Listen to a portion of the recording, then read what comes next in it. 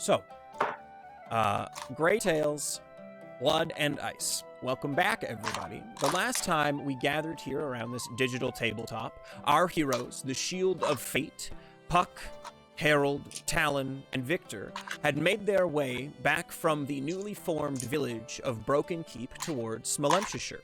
Along the way, they stopped and visited at Talon's old stomping ground, her homestead, before eventually making their way back to Smolenskshire proper. Upon arriving to Smolenskshire, a number of bombs were dropped on the party, individually but also together. Talon had spoken with Toby, who revealed himself to Talon to be more than than everyone had once believed. Actually, a ambassador working on the behalf of her father, keeping an eye on her and her mother.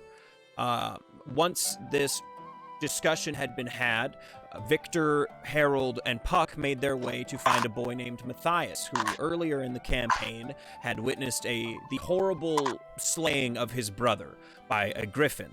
The party was able to save Matthias, but unfortunately, Garrick was lost. Upon speaking with Matthias, they spoke with him, shared their plights, and invited him to join in with them to become a member of the Shield of Fate, travel with them, and become stronger. And he was about to take that offer until a giant beast flew over the horizon, landing amongst them and immediately beginning to attack. This beast, Matthias later proclaimed to the party, had been sent by Vadir, a god of vengeance, in the Westgarian pantheon. After the beast was slayed, its remains turned to dust, and the only thing that remained was a helm and a blade, in which Matthias donned and strode off into the wilderness.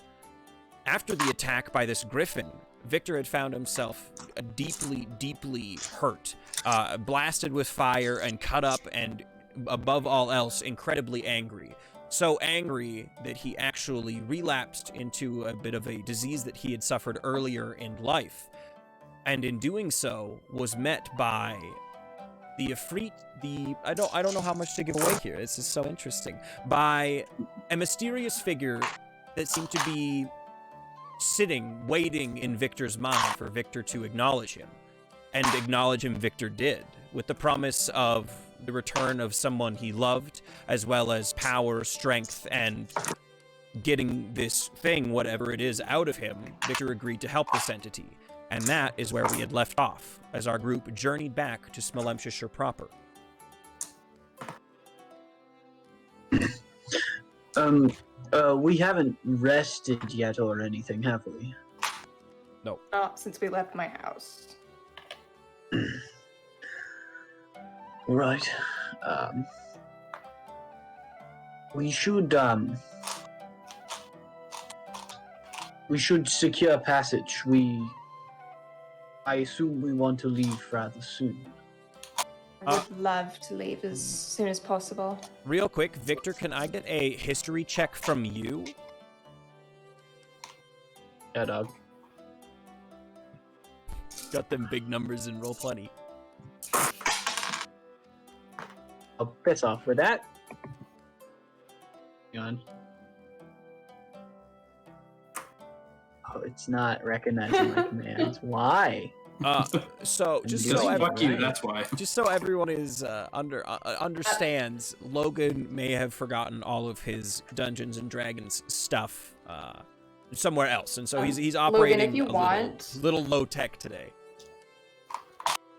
Logan, if you want, there's dice hang on. rollers on Google. Work really well. Okay, hang on. I've solved it. Wow. Okay. Needed a You can space. also use the drop down dice roller I tab. rolled very well. A 20, non-natural. 20, okay. So, Victor, as you think about trying to attain passage to the island to the south, I do have a bit of a knowledge bomb to drop you, but just the things that you would know about this island and how to attain passage. The island that you are attempting to go to is the home of the Eladrin, known as Eladrin Olian Innis is the proper name, which basically in Elven just means home of the elves. essentially. So it's a little fruit. It's a little difficult. I don't know what I'm trying to say. They don't like take regular passage. Yes. What you know about the area is that there is only one village in all of the island that allows foreigners, essentially, and that is El Ektrek. That is the island, and it is the farthest to the south. It is the only place. It is the farthest settlement to the south that will allow foreigners to land on their island, and even then, it is only done through very specific. Like, you must have either been requested by the High Council of the Eladrin themselves, or some sort of trade. They really don't allow tourists, no visitors. Other than that, you also know if you are looking to attain, or if you're looking to find a ship to sail, you are going to be hard pressed to find one in Smolensk. Mm-hmm. And that is about all I've got for you. My understanding, do we know that she's there? Like, has Talon filled us in on everything, or does Talon the one who knows this right now? Pardon? I think Talon's the Haven't only one that filled- knows. Haven't filled everyone in yet, no. Yeah, so I was just But curious if we were already moving ahead on But things. we assumed, Well, we- based on Yeah, our we were already knowledge, that operating.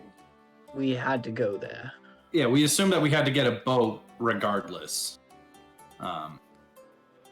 Do I know where the nearest dock or port city would be? Yes. The Is there nearest one port- closer to the coast? So both Harold and Victor would both know that the nearest real port town would be Ganero, and that is actually found if you guys pan over to the base of the Orgos mountain range. Right nestled into the range is the village, or is the city of Goneril, and that is probably the nearest big port city that you could find. All right. Well, it's rather unlikely we'll be able to sail from Smolensk. Not only will we not be able to purchase a boat if we wanted to do that, but if we were to find someone with a boat here, it is very unlikely they would sail us to the Eladrin. But if we go to the coast on the east, by the mountain range, we might be able to find something. I feel like that's our best option. How far is It's- it? I mean, how far is that? That's probably a week travel on foot, right? You actually have to go through the mountains, so you're looking at probably closer to 12 days. I mean, either we travel through the mountains or we try and get passage to the port city and then passage again. Suppose we could. Not I a mean, bad idea. we can see what's happening at the docks of Smolensk, although I don't think there'll be a lot. Yeah. Well, don't forget that the city wanted to celebrate all of us before we left. Well, there's that in the funeral. Right. That is tonight, I believe, right? Yes, Yeah, it I think is. so. So we can do a little reconnaissance, attend the funeral, and then travel out in the morning. Yeah. Yeah. Sure. All right. All right, and as you guys wrap up this conversation, you have now gotten back to like the farthest outreaches of the town of Smolensk. You do see still a number of new buildings being constructed out along this side, and many people from the town have now gathered around here and are now watching you come in, kind of like jaws agape and eyes staring directly at you. Oh, what happened? Griffin. Scary Griffin. It was big! It was so big! Yes. Really big. Did you Has kill been it? Was, dispatched. Yes, it's okay. Yes. It's Oh. been dealt with. Well, that's good. Well, as long as our heroes are here, then I guess we'll be all right. This is now the third time you've saved us. Thank you. Yes. Excuse me, sir. And he walks up to you, Harold, and he goes, "Would you like to marry my daughter?"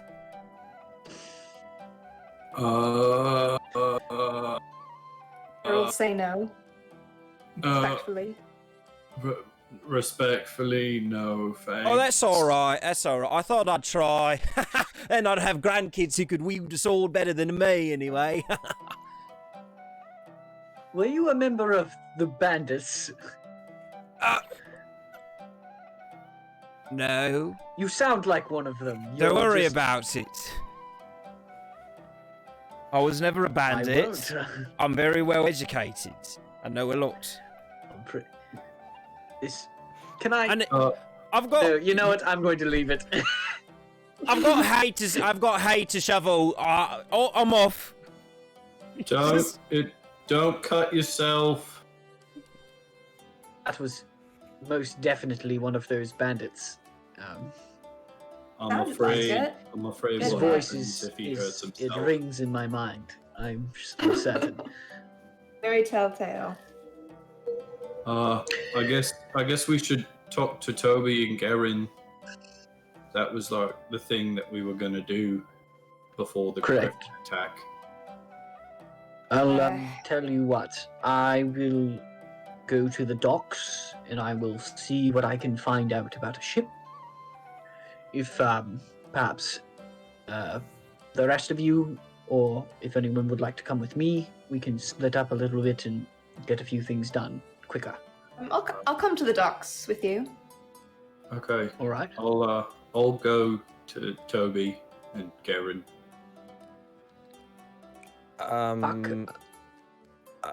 I Would you kindly go with Harold so he does not make things weird? That's not offensive to you, right, Harold? You. I mean, you're not. I feel as though we entirely are wrong. close enough now for me to tell you straight up that you're weird. Yeah, I know. It's not a bad thing. It's just No, it is. we need It's a someone bad to thing. ban. No, it's not. I disagree entirely. I think it's a great thing. But in this situation, we need a little less weird. Yeah. I like it. All right. Let's go talk to Toby. Okay. We'll head to the docks. All right. So, Victor, Talon, you make your way towards the docks of Smolenskshire. Victor, a place that you know, not super well, but probably the most well acquainted you're acquainted with any place in Smolenskshire. Whilst Puck and Harold make their way to where are you going? Back to the bell tower. Yeah. Okay, you make your way towards the bell tower. Victor, Talon, as you make your way to the docks, it's once again, it's a very light snow today. Normally, it's a little bit heavier at this time of the year, but it's quite light. It's quite sunny still. Like you've got that snow sun, so the sun's a little bit in your eyes. It's not too cold, it's not too warm, but you do make it down to the docks, the running water. And you see 3 or 4 fishing ships. Most of the fishermen are bringing in most of their catch for the day. You guys are sitting around that 3 o'clock, 4 o'clock in the afternoon. All right. All right. Would I know just from looking at the ships if any of them are merchant or like more than just a fishing vessel? You know immediately that these are all fishing ships. Like just looking at them, one of them doesn't even have like a sail of any kind. What was the port city again? Godrin? Goneril. Goneril. All right. I'll go to I assume the largest ship, whatever one looks the most seaworthy. Yeah, you approach a ship as 2 guys are like carrying what looks like maybe some Westgarian mackerel in a basket, and they take it off the ship and put it on the dock, and you go to approach, and the one looks at you.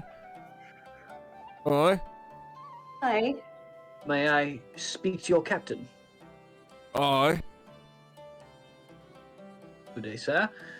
My name is Victor St. John, and I am interested in your ship and perhaps passage on it. Okay. Would you be one willing and able to take us as far as Goneril? Oh. This. It's like 2 or 3 days, probably. It's true. We would fund the expedition. Okay. 2 or 3 days work. 30 gold pieces there, 30 gold pieces on the way back, because what I'm losing, so call it an even 75, and I'll take you to Goneril.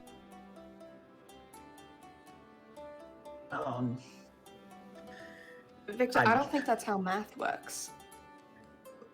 No, I believe he's factoring a little extra for the inconvenience of it all, but I'm not sure if you are fully aware of what I've done for this town, and No, you're the guy who killed the bandit, right? And you too.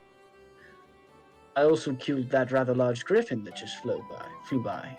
I didn't see no griffin. Listen, sailor to sailor, this is a good way to expand your business. I think it would be, there were going to be many people here. Trade vessels, transport is going to be necessary soon as the population booms. This seems like a good deal. And I didn't get a chance to talk to you about this, Lane, but I was wondering about the Friends cantrip. Uh-huh. And if we could maybe make it so they don't know after a minute I've cast it on them, because that kind of makes it useless. Yeah. Friends is I was thinking maybe they only know if I fail. I can get down with that. If it succeeds, then for the duration of the spell, they are considered friendly to you. Like they're, like on a scale of 1 to 10, 0 being they don't know you, 100 being they love you. They're like a 50. Yeah. It's just like, it's like I make this argument and cast Friends, and then he agrees, and then 1 minute later he goes, No. wait, you enchanted me. I'm not going to do that. I can get on board that he won't understand. Like, you know what? I'll make everyone roll an intelligence check. That's what I'll do. Sure, that works for me too. Yeah. Great. I'm casting the Friends cantrip right now. Okay. With this guy. What's the spell save DC on that? My spell save DC, I believe, is 13. Let me just double check that. It is.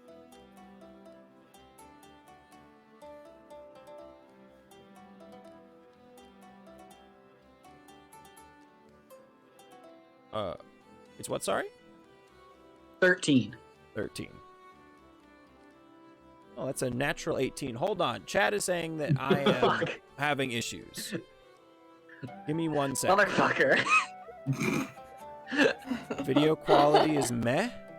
Okay. You guys, hold on. I'm going to talk really loud into my mic. How is the sound quality? You sound kind of crackly to me. Yeah, that's Discord. Yeah, on Discord, I I think, know you sound crackly. Always. Miss Liz says good. Kyle says good. Alex says good. Okay. Sorry, Spawn. I don't know what the issue is for you. Video is not bad? Okay. I don't know what could be causing an issue. It says my bitrate's fine and I look good on my end, but... On my end, you sound and look fine on stream. Okay. Mm-hmm. All right, I will do my best to keep an eye on that. But thank you for your help. I'm sorry. Failed spells. Okay, yeah. Well, great. Fuck me. Okay. So I guess I try to weave enchanted words and What are you doing? trying to convince you to allow me passage. Hey, why are you doing the weird hands in less- there? He talks like that all the time. I speak with my. I'm Ganosian. I very- speak with my hands.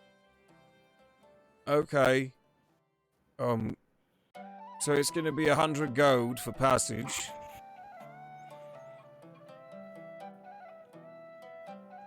I will get back to you. Okay. Bye. Goes back to lugging fish from the boat back onto the dock. This Go seems like a dead perfectly. end. All right, so Really, listen, I'm not a wordsmith. I don't convince people of things. I used to have a And ship. that- This wasn't a problem. I understand. I'm just not so keen on spending so long walking. I received new information from Toby. Oh? Is this something we should all gather and discuss? Talon, what's your passive perception? Same with Victor? 15. Okay. Wait, sorry, 15 for you, Victor?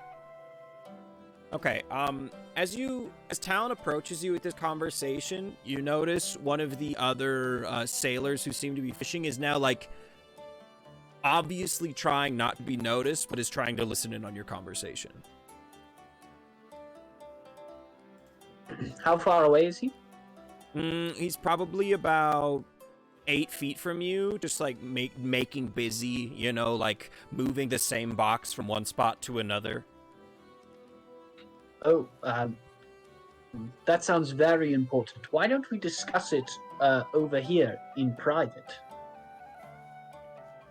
Yeah, sure. And we'll just like move up like, I don't know, 20 feet off the docks. Okay. Victor, can you roll me a perception now, please? Sure.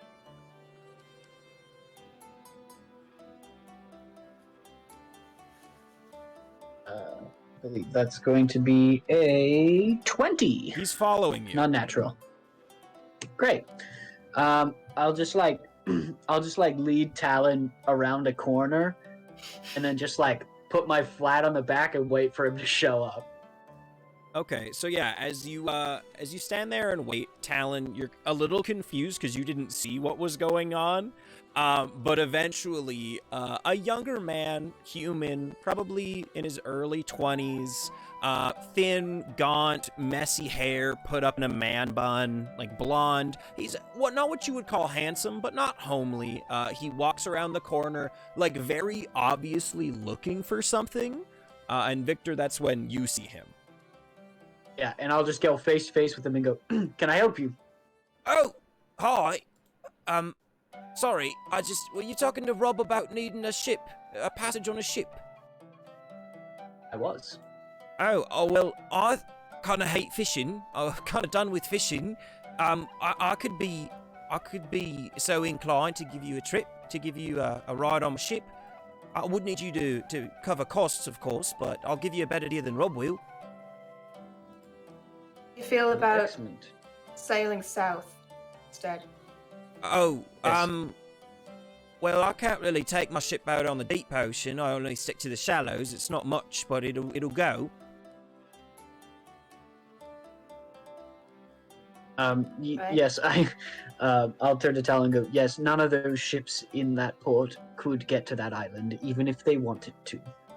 And I don't want to. Same. I think I know what island you're talking about. What is your name, son? Oh, my name's Gillen. Gillen. Nice to meet you. You're Very Victor, well. right? I am. I hear you praise his Well, song at the tavern shake once his hand. in every while. Yes. So you could take us to, pardon me, Gramaru. Yeah, I could do that for you.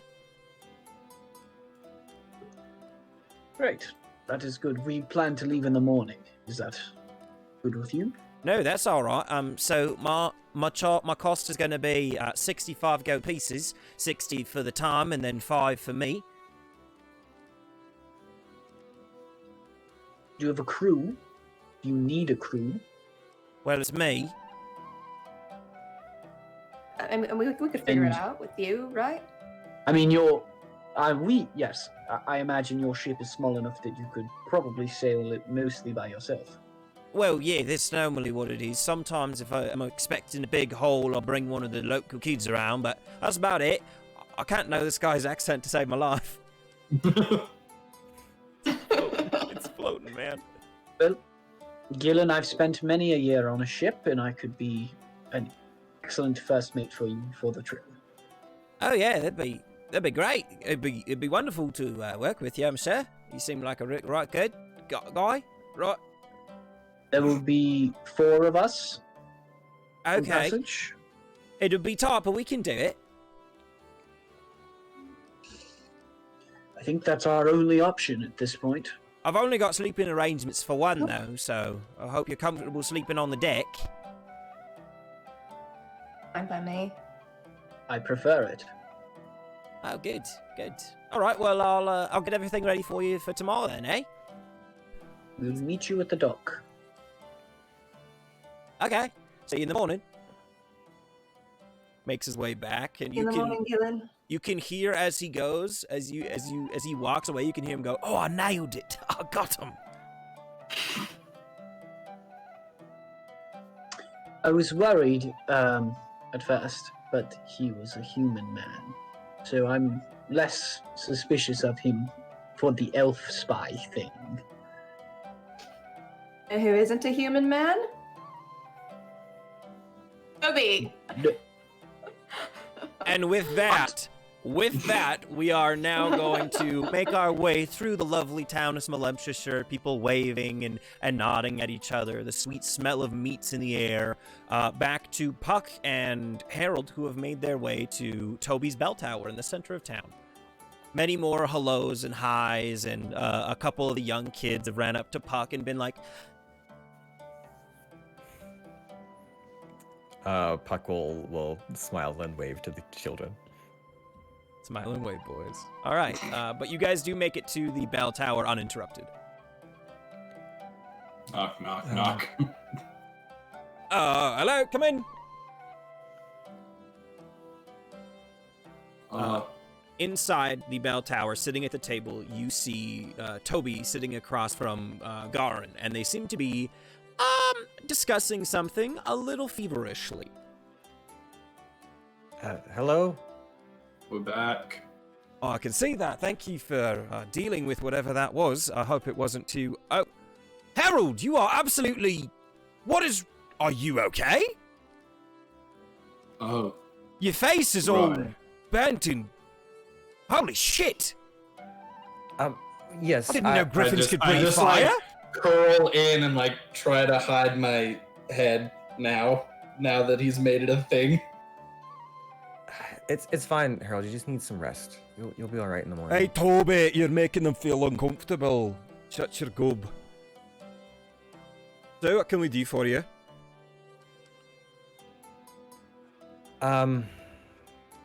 Well, we just, I guess, came back to continue our earlier conversation of Toby. He mentioned that he wanted to talk with you, Garen. Were we interrupting? He's been telling me about it. No, that's all right. He said that there was an Orcish lady who came to start some trade between our village and their village, and honestly, we don't even know these people. That's my only issue with it. I've got nothing against orcs. No more. I'll learn my lesson, but we don't even know these people. What if they're criminals? Well, to be fair, they don't exactly know you either, but they're making a gesture of good faith. That's what I'm saying, Garin. These people, they want to grow their relationships. This could be great for both of us. The closest town we have right now is Veduta. God forbid, Sturgill. I'm not going to trade with them. Bunch of miscreants. No, you're right. We're not trading with Sturgill.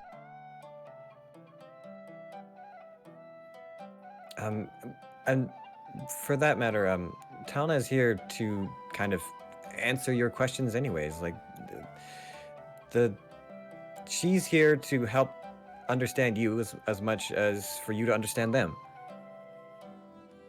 All right. Well, me and this tall now will have to have an ale at the tavern if we're going to seriously consider this offer.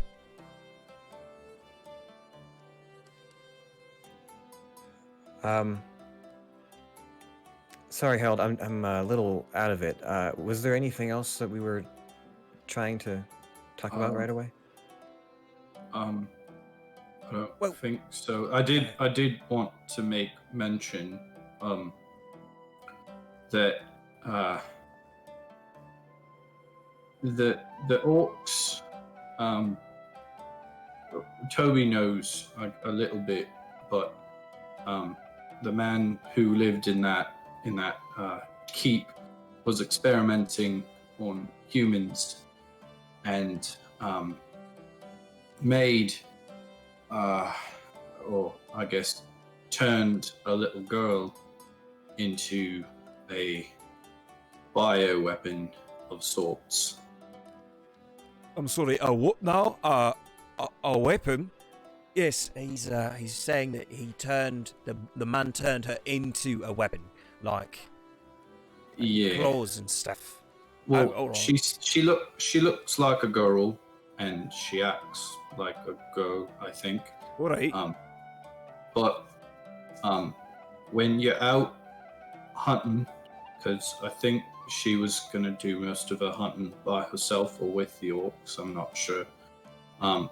If you see a little girl in the woods who Don't shoot the little girl in the woods. Oh my god. Harold, of course I'm not going to shoot a little girl in the woods. but just, when she extends her mouth from nose to navel, Oh. don't be scared. She just looks a little bit different after what happened to her, but it's not likely that you'll run into her unless you travel very far from here. All right. Anyways, Okay. we are considering leaving here fairly soon, but we'll definitely be around for the rest of the evening and probably till morning at least. Good. We're having Garrick's funeral tonight, so that'll be nice to have you there. How did things go with Matthias? Oh, right. Well, I'm not. We did talk to him, and That's good. he was going through a lot. We tried to, I guess, cheer him up or even invited him to come with us since he wanted to become stronger. But that griffin that flew overhead earlier, it was here for Matthias. Oh no, it didn't get him, did it? No, but it was a trial of sorts. Matthias made a I'm pact sorry, I don't with- understand. What are you talking about? Some sort of trail? He made a pact with Valdir. With Vadir? We tried to dumb- talk him out of it. but Dumb in the idiot. in the aftermath of the fight, he accepted the pact and has gone off by himself. I'm gonna go kill him. I'm gonna do it. I've got no choice. He's an idiot. I'm gonna go find him, and then I'm gonna kill him. I think you'd die if you got even close to him. I don't He's- think so. Matthias, he loves me. Well, Well, we thought he loved this town, but he's apparently doesn't anymore, or he would still be here. he's set off on a path of vengeance. I Everyone, guess. calm down. I'm sure he's just going out. He's having a rough time. He needs to grow. He's at that age where everybody just wants to go and be away from the home. It's fine. It's fine. I'm sure he'll be back in no time. I wouldn't worry about it. He's a good lad. He's got his head on his shoulders. He's fine. I'd worry, but If he does come back, just be warned, I don't think he'll be the same person you remember.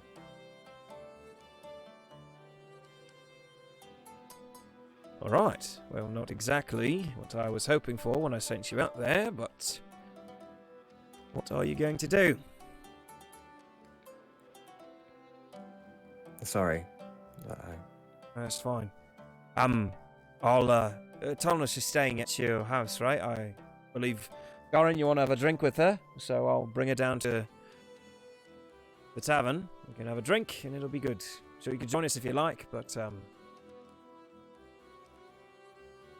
I must be going. Sorry, I've got lots on the brain. Come on, Garin, let's go.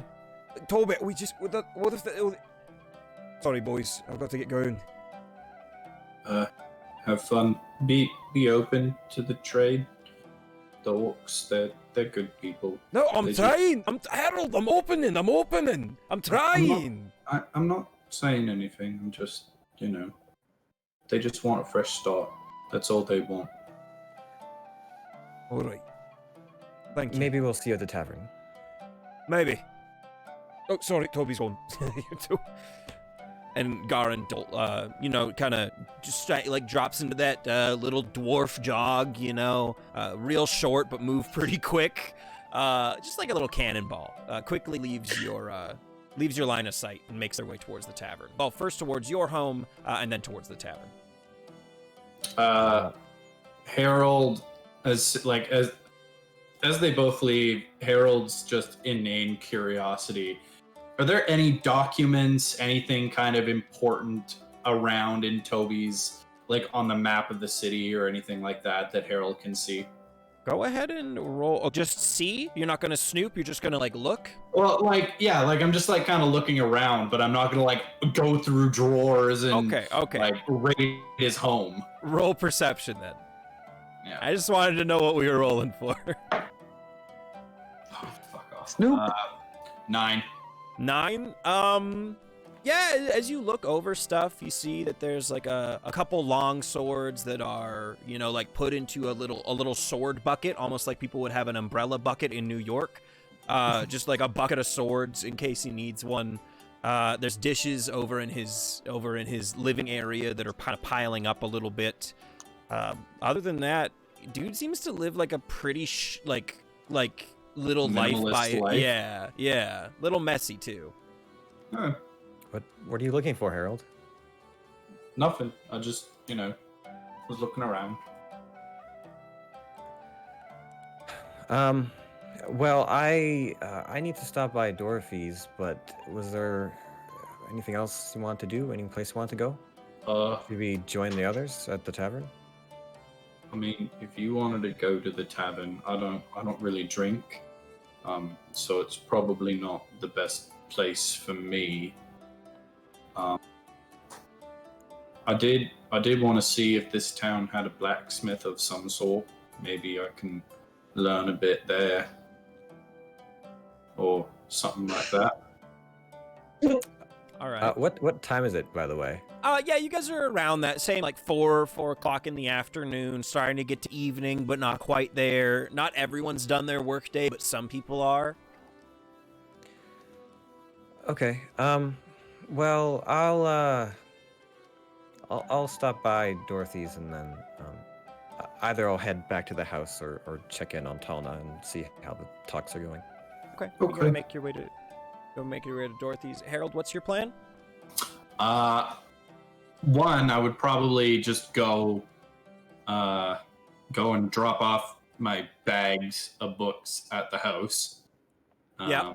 And then just wander around and see if there's a blacksmith in town that I can just kind of, I don't know, watch for a little bit. Maybe if they'll let me just stick a piece of metal in the forge and attempt to just get it hot and bang it flat. Just Okay. trying to get a feel for it. All right. Harold's a fucking 5-year-old at the donut factory, just watching him go. And Krispy Can I do Kreme that? just on the conveyor belt, Can I do that? Can I put the sprinkles on it? Mom, can I put the sprinkles on it? Free sample, and it's fucking. You made his year. All right, Puck, you make your way to Dorothy's. Harold, you make your way back to the house, and as you're dropping off your stuff, you can kind of see Toby, Talna, and Garin making their way into Giffa's Tavern, into the Smalemshire Inn and Tavern, as Cool. it is so colloquially known. But yeah, and then you make your way off to search for a blacksmith here in town. Before we get to that, I believe I cut you guys off in the middle of a very important conversation. If he's not a man, what is he?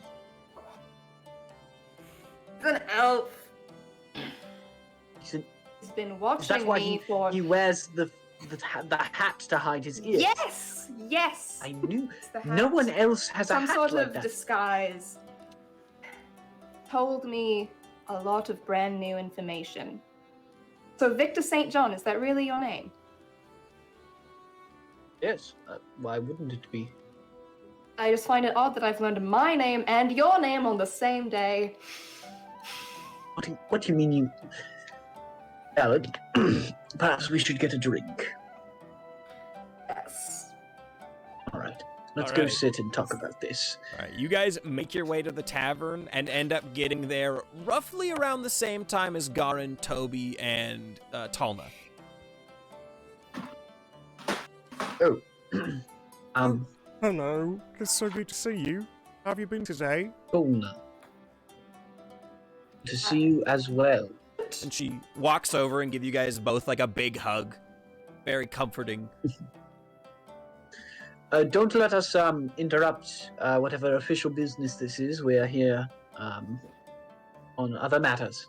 Oh, Victor, Talon, I haven't seen you since you've been back. How are you? And Garin offers a hand to you, Victor, like outstretched. I'll do the predator like clasp handshake with him.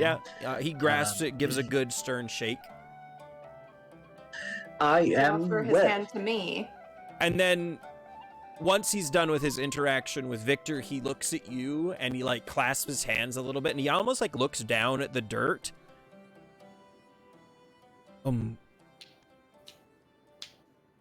It's good to see you as well, Talon. Very good.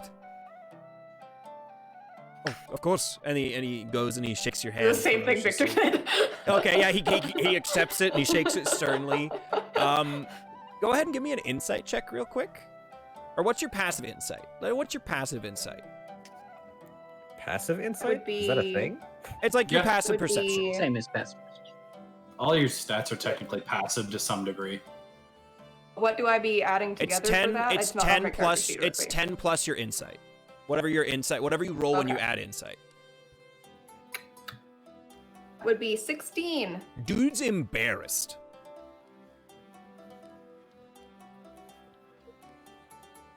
I'm gonna leave it for now. Yeah, apparently after the last conversation that you guys had together, whenever that was, he's still embarrassed about it.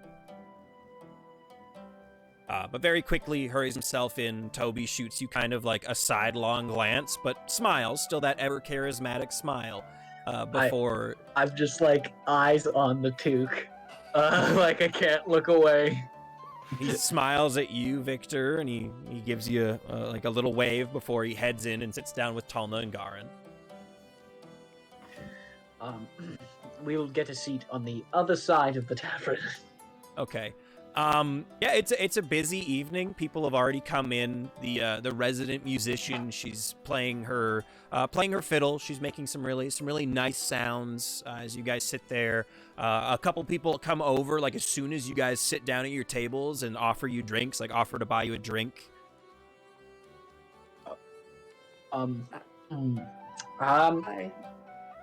Sure?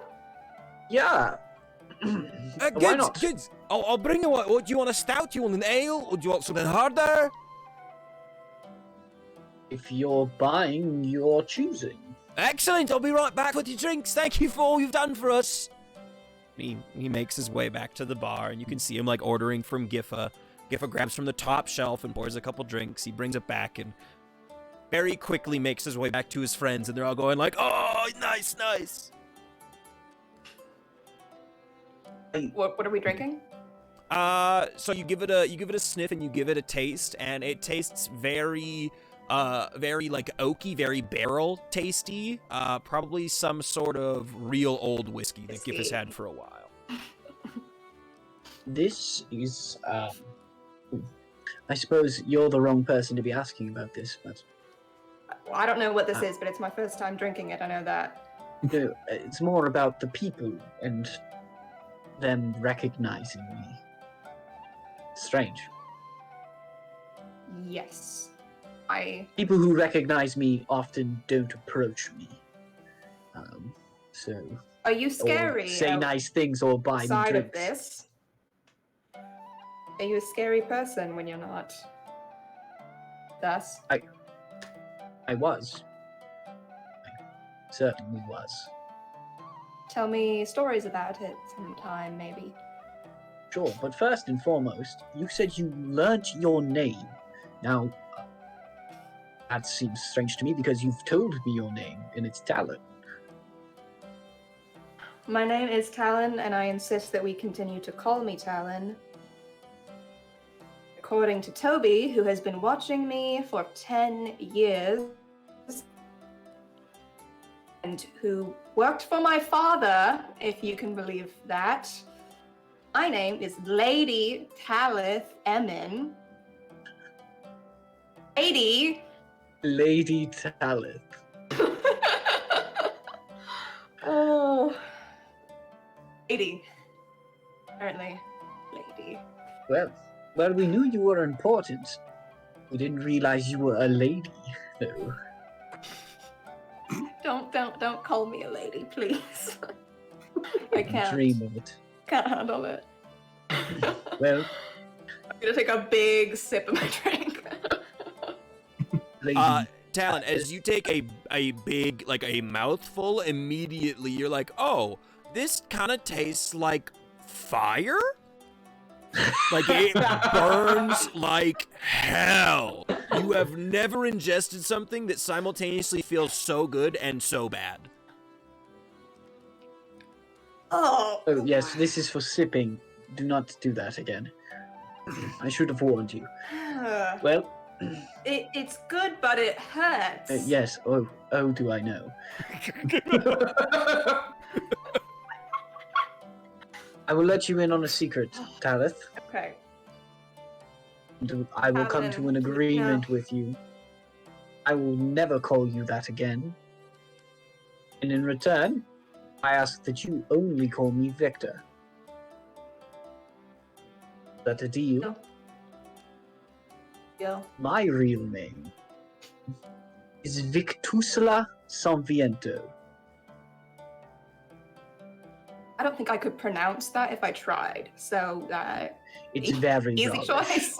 It's very, very wrong. Yes. And of course, when you become a 13-year-old sailor, you of course give up your old name and everything it stood for. Of course. But I'm not That's a very right- creative, rite of so I went passage. from Victusla to Victor and felt right. That Couldn't really works. come up with anything better. Like it. Suits you. I do too.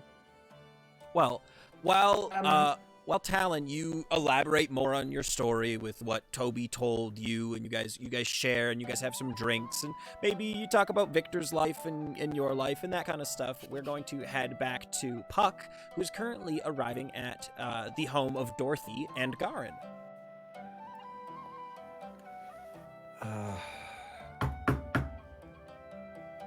Quick question. Was Dorothy Irish or English? Hell yeah, brother. Hell yeah, brother. Thanks, GBC. I think English, as far as I remember. I don't have accent. I have who she is. Oh, I'm coming. Just give me one moment. I'm coming. Yeah, that sounds about right. That sounds about right. Sorry, Sure. yeah. She's very high up here, and she's very excited, and she opens the door. Oh my God, Puck! It's been so long. How are you, my darling? A little tired, but it's good to be somewhere familiar. Well, it is so good to see you. Come in. Can I get you a drink? No, that's all right. Are you I just hungry? wanted. Well, sure. You look yes. hungry. I'm going to go make you something really quick. Just something small. A sandwich? Do you like cucumbers? I love them. Yeah. Wonderful. I'll make you a cucumber sandwich. Do you like your crusts or no crusts? My kids hate crusts. Crust is fine. Crust is fine. Okay, good. At least I won't have to feed them to the pigs. And she very quickly sweeps out of the room, like sits you down at the kitchen table, brings you a cucumber sandwich on some like nice thick pieces of bread that clearly she made this bread earlier today because it smells amazing. Cucumbers laid in there, some homemade butter, and she does bring you a glass of cranberry juice as well. While she's bustling around, Puck just has a moment of just sitting awkwardly in the kitchen, looking completely lost. Like hasn't sat in someone's kitchen in a long time. Yeah, you see like toys on the floor, and it looks like there's a bunch of like drawings in charcoal on the table itself. Like the kids decided, like, screw paper, we're just gonna draw on the table. It's very, very charming. It's a lovely home, but it is messy and busy. So how have things been here, Dorothy, since we last left? Well, since you've been gone, things have been good. A number of new gentlemen and ladies have come to settle in the city, in the village of Smolensk. We're not a city yet, but just you wait. We will be one day. I promise. I swear it. Garen's been a little bit distant, but you know he gets that way sometimes after a rough hunt. Every time he loses somebody, he's always quite sad about it. So you can't really blame him. I mean, it's losing somebody who's supposed to be taken care of. I would be, my heart would be bleeding. I'll be nothing but a mess. How have you been? It's been a long couple of days, I guess. A lot of things have happened. No, that's fair. But there might be some new trade coming through here. So Oh, maybe you'll be a step lovely. closer to being a city. Maybe I could get a lovely new dress. That could be fun. Well, speaking of clothes, Puck is gonna reach into his bag and pull out the bear hat because I found it was in my inventory. Oh, you stole it It from was, Harold and put yes. it in your pocket? No, it's just always been there. Apparently the last person who had it was me. I didn't Okay, realize. so the bear hat was saved. Meow? The bear hat was indeed saved. It definitely came in handy. Very warm. Well, good. I'm glad you got good use out of it. Are you sure you don't want to keep it as a little keepsake to remember us by? Well, I realized that we just kind of borrowed some things when we last left. But I was going to ask if I might be able to buy my winter cloak. I don't have any other winter clothes, really. Why, do you realize what you've done for this village? No, you're keeping it. You're not buying it. Well, are you sure? I just didn't want to Yes, presume of anything. course you're keeping it, and you can tell your friends that whatever they wore, they can keep as well. I don't want it back. All right. I won't even take it. Even if you drop it here, it'll find its way back to you. I promise. I'll put it in your house. I know where I you don't sleep, doubt it. Puck.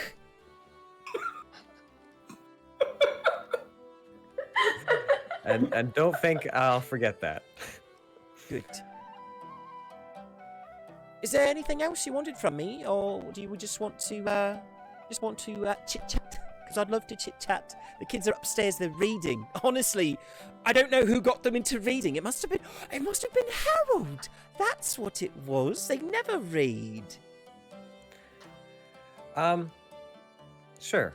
Yeah, I can just visit for a little while. Lovely. And immediately she just starts going like a million miles a minute about her kids and what they've been doing and the mess they made of the table and the mess they made of the hallway. And you know, just stuff. Just like sweet stay-at-home mom stuff. And every once in a while, you get a word in, but that's really it. She just motors for about 20 minutes. Harold, after you drop your books off, you kind of meander around the town. Hey, blacksmith. Eventually somebody's like, oh yeah, I know the blacksmith. He's just over there. Oh, do you know if he's still open? Why does it? He should be. He usually works late. Just call him Pete. Pete. Yeah, he really likes it when you call him by his first name when you meet him. It's his favorite thing. Okay. Thanks. No problem. And I'll head off to the blacksmith. no. Okay. Yeah, you make Why your way. people gotta be mean to Harold? You make your way down. You make your way down the street, and eventually you do come across like a very small little forge. It's kind of half of it's out of the building. The other half is kind of in a little nook, and you can see a human man, probably late 30s, is just pounding out horseshoes. Hello. Are you Pete? I'm sorry, am I who? Are you Pete? My name is Peter, and I'm the blacksmith. You can call me sir. Oh, okay. You can I'm earn sorry. Pete. Anyways, how can I help you? I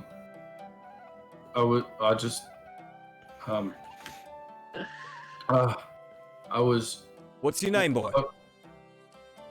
Harold. All right. What do you need, Harold? I was Need any horseshoes? No. I was hoping to learn how to be a blacksmith, and I heard that you were the blacksmith, so I figured I'd ask. Okay. I'm the blacksmith, and I can teach you. Would you like to make some horseshoes, Harold? Sure. Okay. I've only ever watched one person do it once before, so That's all right. They're just horseshoes, so it's going to be hard to screw it up. okay. Okay, come on then. And Sir Peter, the blacksmith, goes about helping you forge your first horseshoe. Can you go ahead and give me just a straight wisdom check? Wisdom? Yeah. Oh, fuck. That's nowhere in the thing.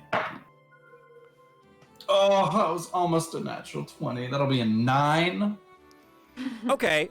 So you've not been trained in this, and Sir Peter the blacksmith kind of takes you slowly through how to build a horseshoe. Some of it sticks. You do end up getting something after about 25 minutes of hammering away at this iron. Something that resembles a horseshoe. It's a little long. It's a little thin. There's probably not any horses that it's gonna fit, but hey, it's a first try, you know? Okay. That's all right. Is it okay? No, that's good. So Harold, I am probably going to be done smithing for the day, but if you want to come back tomorrow, you can watch me work. I'll see. I might be leaving tomorrow, but maybe a bit in the morning. Okay. Do you need any horseshoes? No. Okay. Well, Harold, I hope you have a wonderful evening. You too. Okay. And I'll just head back to the house. Weird lad, but he's nice. Burn that guy's Eventually, house down. Sorry, 1 second. Harold makes his way back towards the house, which is currently empty. Puck, after your conversation with Dorothy, what was your plan? Yeah, so I was gonna stay for a little bit with Dorothy, but not over long. You chat for a few minutes. I'm actually also gonna head back to the house. Okay. Eventually, I bet you guys probably end up at the house roughly at the same time. Puck probably like 5 minutes earlier than Harold. But you do both make it back to the house. Well, yeah, no. So Puck is going to he'll probably keep his armor on, but he's going to go out to the back, and if there's like a tree or a strong fence post or something back there, he's just going to start practicing like tackles and grabs.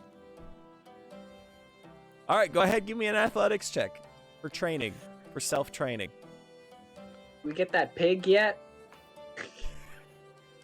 Not that I'm aware of. You can go get the Not pig whatever yet. the hell you want. A wrestling pig. Well, it's better than a 9. It's an 11. It's an 11. Oh, no, 9, 11. oh no. Yeah, you take some time, you tackle a tree a few times. You do some like endurance training where you take your forearms and you just kind of slap it against the tree a few times. That seems to make sense, right? That makes sense. You try a headbutt, you very swiftly realize headbutts are not for you. But that's pretty well all you get done. You do a little bit of practice here in the evening, but nothing crazy. Harold, do you read? Yeah. I'm gonna read my blacksmithing books. Yeah. You get to the section on horseshoes. Oh. Yeah. Well, this would have been nice to have gotten to a little bit earlier. All right. Chapter 3, Horseshoes. Perfect. Chapter 3 of book 1 of 14. All Maybe right. by the end of the campaign, Harold will be an apprentice blacksmith. Well, about half an hour has gone by. Talon, Victor, as your drinks have run dry and you've been chatting, people have been bringing you more. Drinking. You're I drinking? guess we're drinking. Victor, I'm gonna have to tell you something. I'm gonna look over and see if like Toby is like engrossed in conversation. Yeah, so currently, you see, as you look over and kind of like divert your attention, you see Talna and Garin just like both cups all the way up, like their mugs are all the way up. And you can see Toby being like, "Come on, Garin, come on, you can beat her. She's never even drank here before." Perfect. Yeah. For that little man, good, he's busy. He's so boned. We're gonna be boned too at this rate. What? Be drunk. Yes. Mm-hmm. You said you had to tell me something. Yeah. I think it's gonna make you not like Toby that much. Made me not like Toby that much. So wait, his name is Kellic. Oh, what a shitty name. Of the three of our names, his is the worst somehow. And we've all chosen to abandon, but his is truly a good idea. Really, really bad. Very much worth abandoning. Basically, he received some sort of missive 10 months ago from my father saying that he no longer needed to watch over me and my mother. So Toby, knowing me, knowing my mum, watched my mum get taken from Smolenskshire. But his contract was up, so apparently not his problem since 10 months ago. And those were his words, he said, and I quote, "Not my problem." More or less. That sounds like a very Kellic thing to do. Isn't it? Ugh. But I'll tell you what, though I have abandoned my name, it is my problem. Nobody Your has name to is your tell me problem? that. Though your missing mother is my problem. It's not your problem, We're it's going to my find- problem, and you're being nice It to me is for some my reason. problem. No, Why would it be? It's not your problem. You've chosen to make it your problem, I suppose. well, He's not the only one who saw your mother that day. I could have done something. I should have done something more. You wouldn't have known. Could you have known? I had my suspicions, but I was engrossed in other things. Like, If gotta I keep your were shit. the man, listen, there is a lot that has happened in this week, and so much in change. If I were who I am today, who I was when I was there a week ago, Or maybe this problem wouldn't exist. Can't blame yourself for that. I do appreciate that you I care. Good. Oh, good. But I do feel responsibility. I care enough about you. I want to fix that. Thank you. Want Right, another now- drink? Should we, like, I don't know, go piss on Toby's mattress or something? That sounds Sorry, Kellic. really fun. We do that. Okay. We can. I think we can. Right. We're funeral soon. Right? We have to stop drinking. We are going to a funeral. You make a very good point. But before we sober, Okay, well, before we'll- we sober up, and it seems like a we'll bad piss idea, it let's all go out piss on on his Kellic's bed. mattress. Yes. We'll piss it all out, Okay. and we'll be ready to go. You two make your way to Toby's bell tower, and you go to open the door, and it is locked. How? Thanks, Goober, Buck and I for were the the sub. last ones to leave, unless it's magically enchanted to lock when he leaves. You make a very valid point. It is unlocked. What's unlocked? All right. Oh, Make that, it easy for us. yes. Well, listen. Maybe Kellic thinks he's in some fucking shit town that he owns. No one's going to piss on his bed. Well, he's got a different idea. You and me are gonna piss on his bed. I'm going. 'Cause Yes, we're going to he do that. sucks. All Right. right. So you piss on his bed. Ah, that is that. Anything else you guys want to do while you're here, other than piss Charles, on his gonna bed? Sprinkle a little bit of bear piss on his bed. That doesn't come out. Okay. Just a little bit. Just a little bit. It smells horrible now in Toby's bedchamber. Is there anything else you would like to do before going home and then attending a funeral? Nope. I think that is That's all. That's all. I'm satisfied. I feel so much better. Me too. All right. Let's go sober up. Yes, so Puck, Harold, eventually Talon and Victor do make their way, albeit a little stumbly, in through the front door of the home. Harold, you're reading probably somewhere downstairs. Puck, you can hear them coming all the way down the street.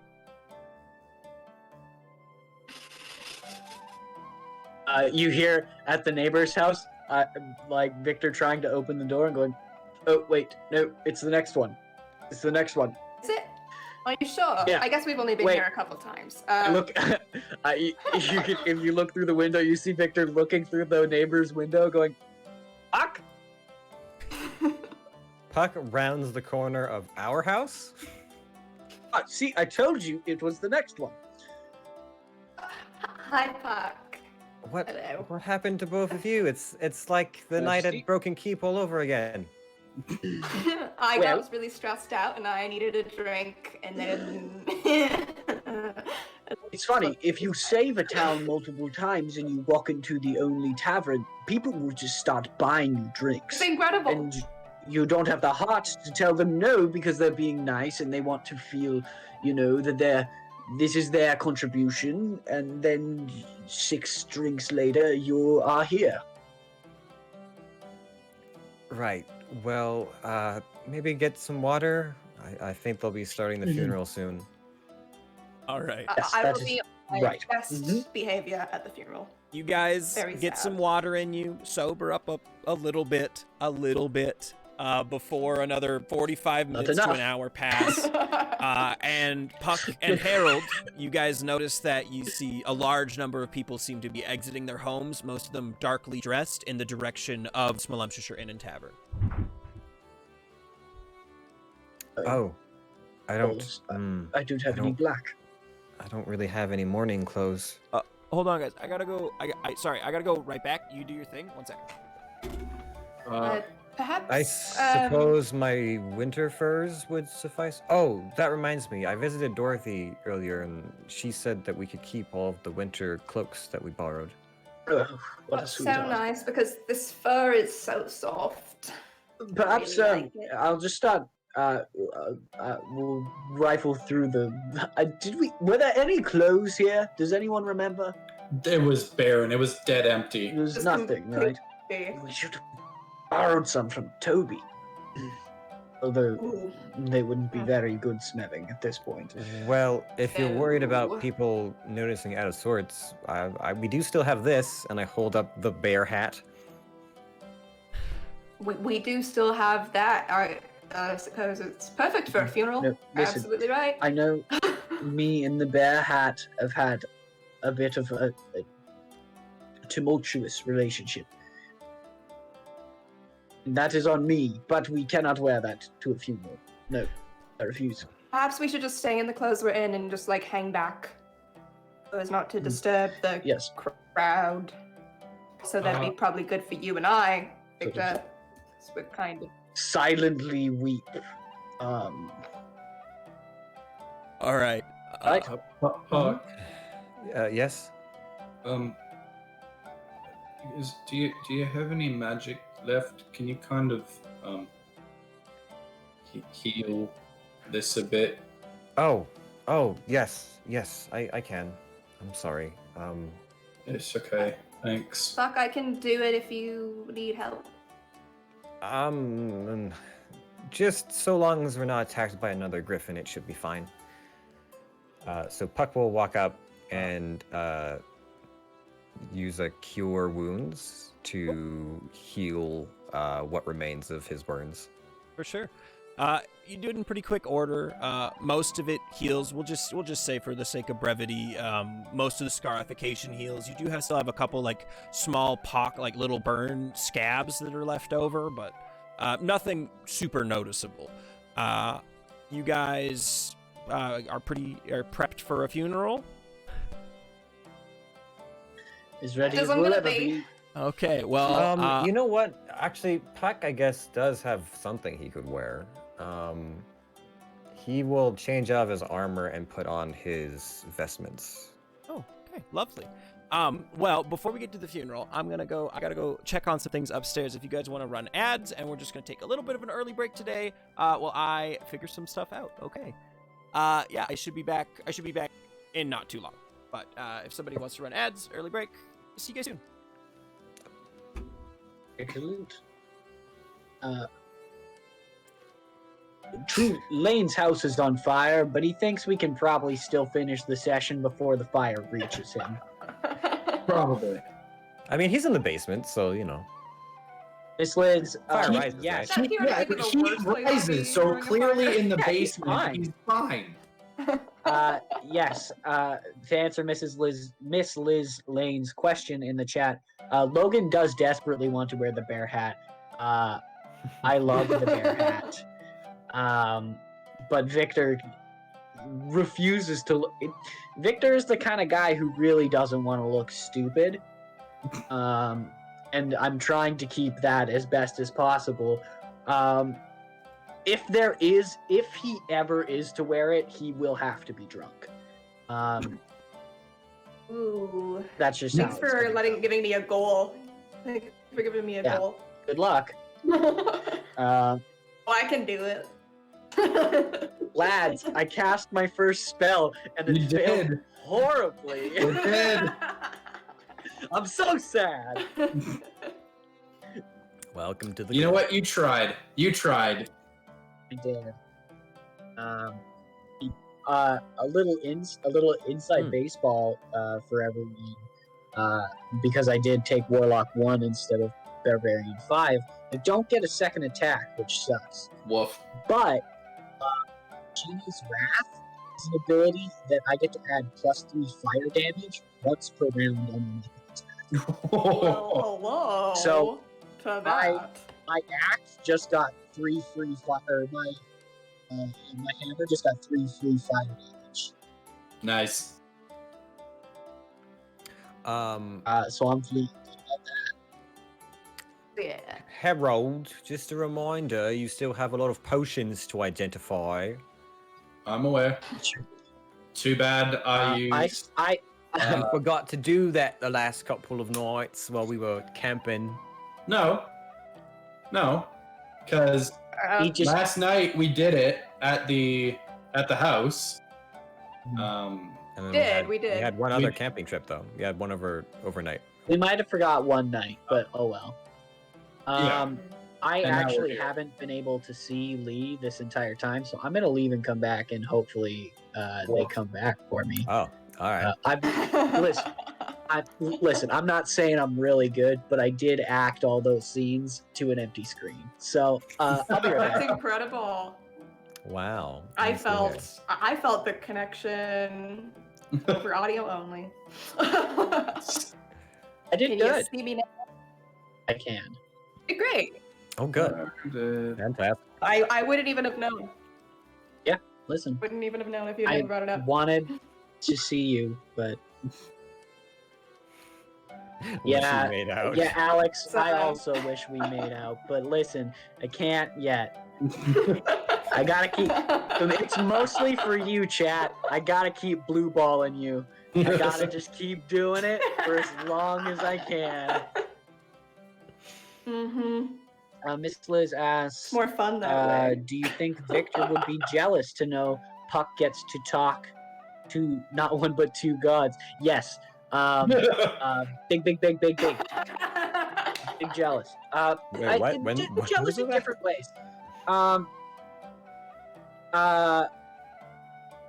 Yeah, Victor wishes that he had the kind of connection to Athena that paladins and clerics of other gods just in general do.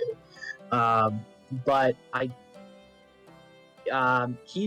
he at least doesn't think he's worthy of divine power, and so has never really tried to make that connection, just out of the like self-fulfilling prophecy of like, no, they're not gonna give. Athena's not gonna grant a fucking race trading pirate with her power. So yeah, he's definitely jealous, but also like, it's an entertainment. That's fair. Mhm. And therefore has decided to talk to a genie instead. Close enough, right? I'm kind of obsessed with how Gibson and Victor both have like god issues. I listen. There are many things about me as a D&D player that are very predictable. One is that I'm always gonna fight. Mhm. I love to fight, Mhm. and the second is I love to have a god and hate them. It's all that built up Red Deer religious trauma. Because Yeah. what else? Ooh, yeah. No, that's a vibe. Listen, That's it. I grew up in a very non-religious household, and therefore I think it's fun to play with gods. But I also, Logan, the human being, not a rebel, does not rebel, is very milquetoast. So in my fantasy world, I love to rebel. All right, kids. I'm gonna put us on just chatting scene for a second. If you guys want to leave the call and come back in, I've just noticed some issues with I think just Logan and Lee mostly. Thomas and Warren, if you guys want to stay in, if you guys could just I come did back it. in. You were gone, but Oh, I did it. you did it already? Okay, never mind. Wow. Yeah, sorry I'll about go. that. I'll go. Come back. Bye forever, Lee. I mean, Oh. clearly some people have to step up their game, Thomas. I mean, we're just carrying the whole connection on our backs. Obviously. That's true. Started from the bottom, now we're here. Like, Goob, I'm glad you made it to work. Thank you for the sub. All right. Sorry, I just noticed you got Love a little you, robot-y. Okay. Yeah, sorry How's about it the now? sorry about the awkward intermission. Grandma had a tumble. Sounds good. Do you you put out the fire? Yeah, for the most part. I might have to go. I might- said your house was on fire. no, Grandma just That was- fell. Grandma had a tumble, so I had to go and help. Anyways, yeah. So I got to keep my phone on. She's okay? unfortunately. She Yes, alright? yes, she's Okay. okay. She's okay. We're pretty Okay. sure she's sitting right now. Everything is okay. But yeah, I have to leave my phone on just because I'm on standby to see if she needs to help to get into bed. So, please bear with me. I'm also a little out of sorts. Hey, Your chat, time how to are get back you? into it. No worries.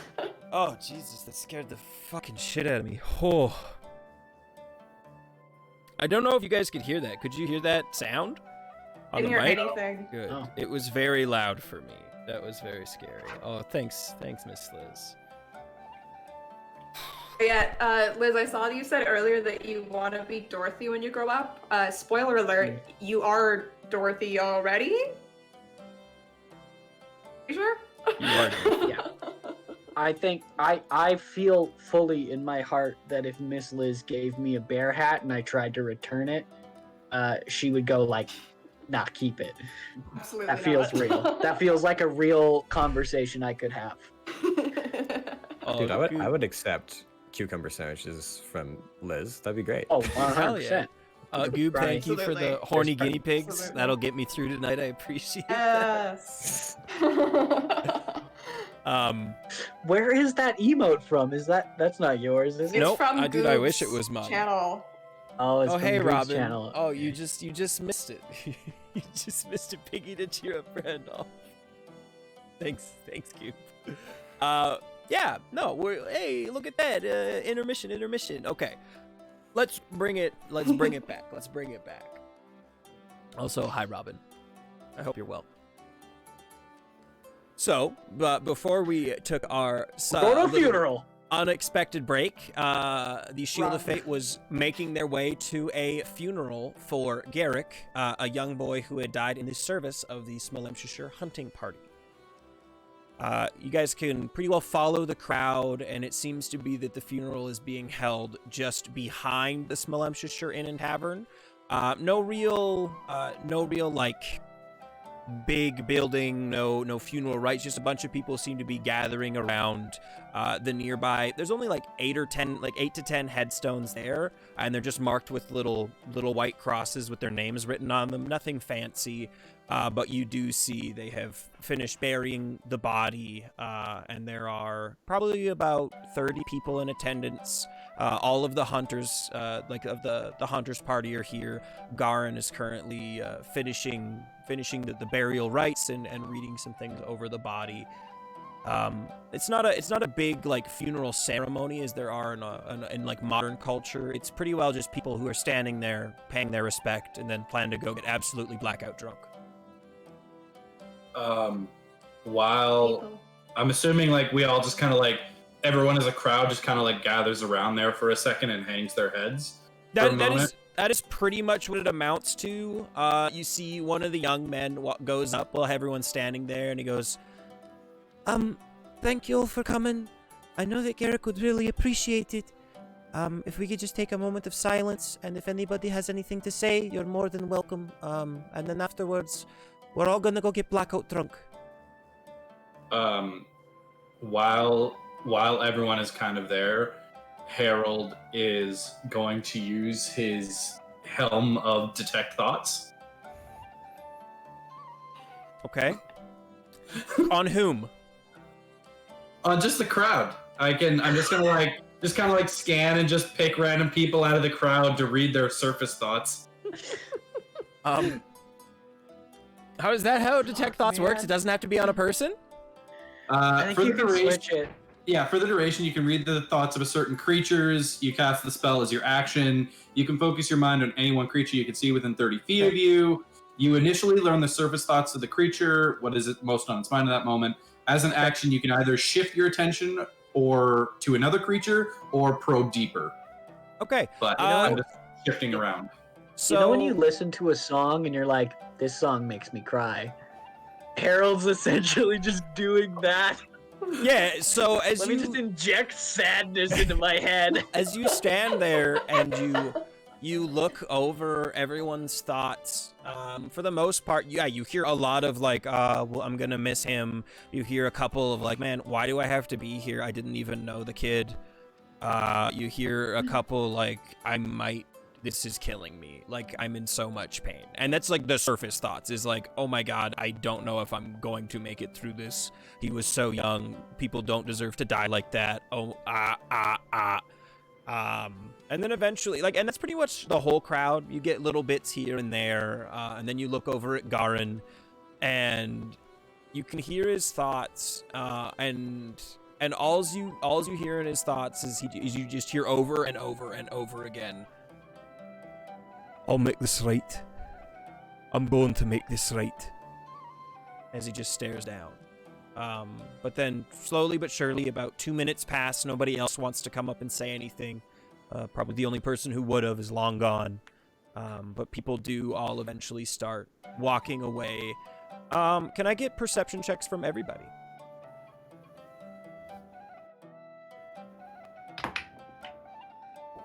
Oh man, roll 20 is giving me fucking rolls.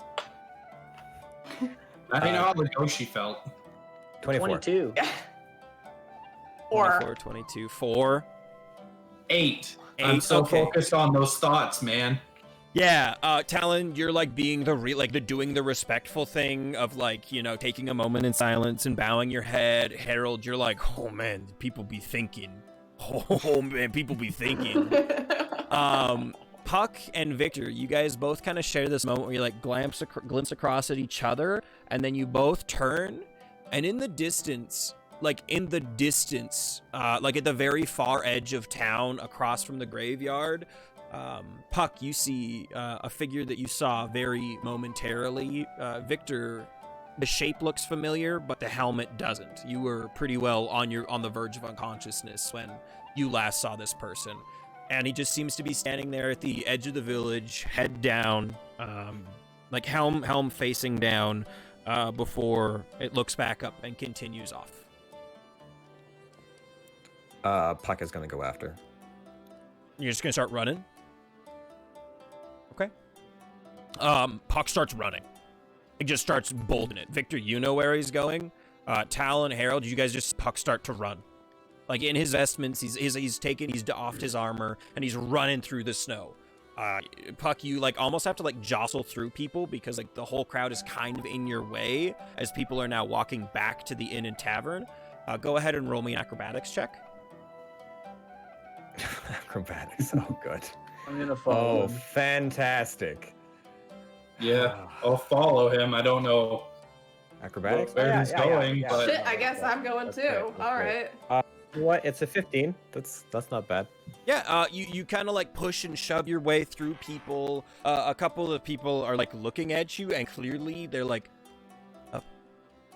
Puck, are you okay?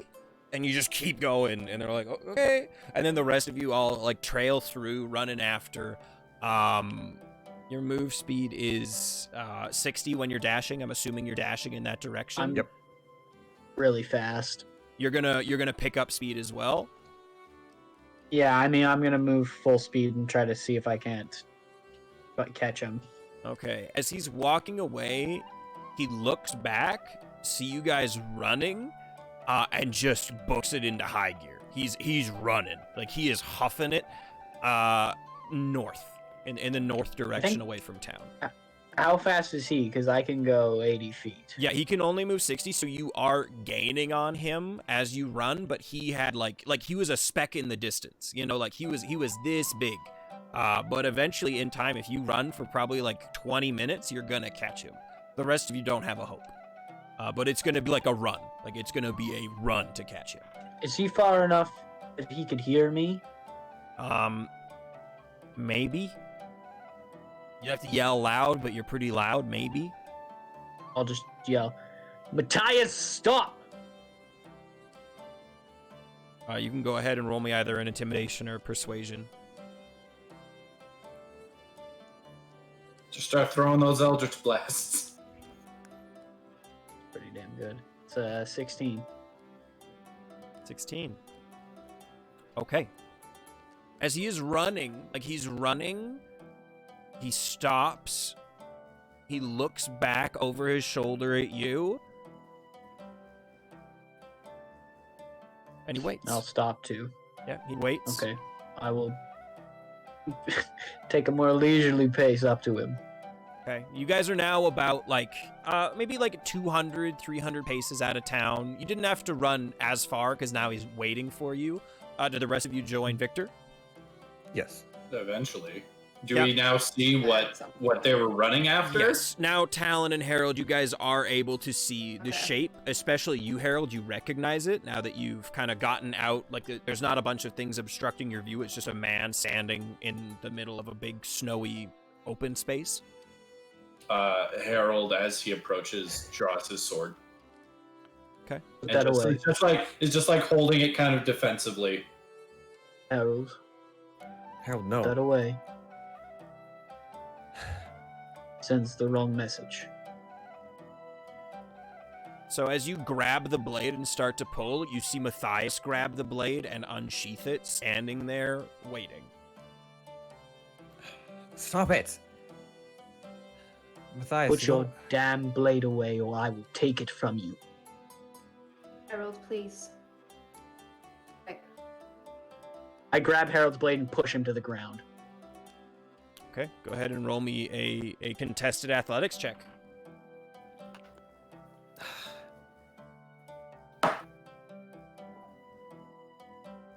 Dirty 20.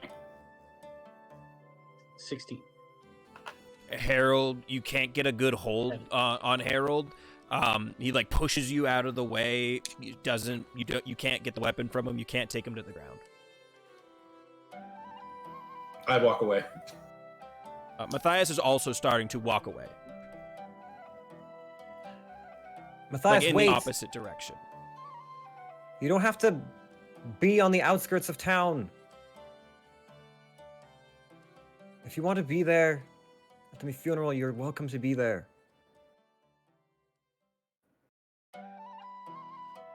Keeps walking.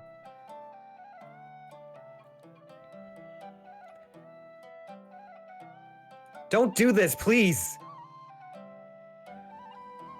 I know the pain that you're going through. But the end of this road is only more pain.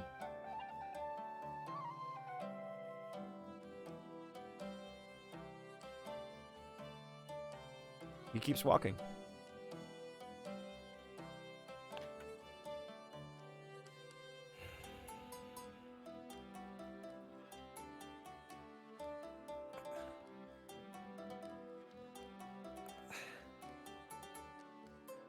I'm gonna walk over to Puck and put my hand on his shoulder.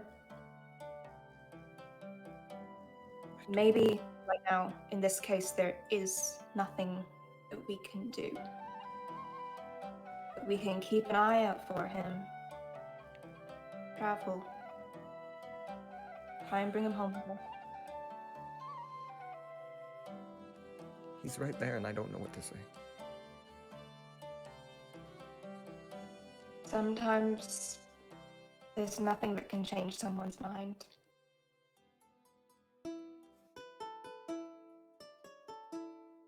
I'm standing I by think- Puck, but I'm just watching Harold walk away. You watch Harold walk back towards Smolepshire. As Puck, you watch Matthias walk north.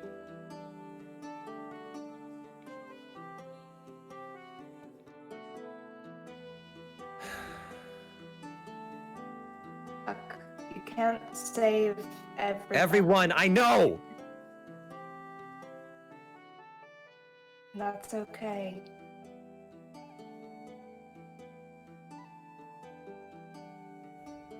Just go home. Alright.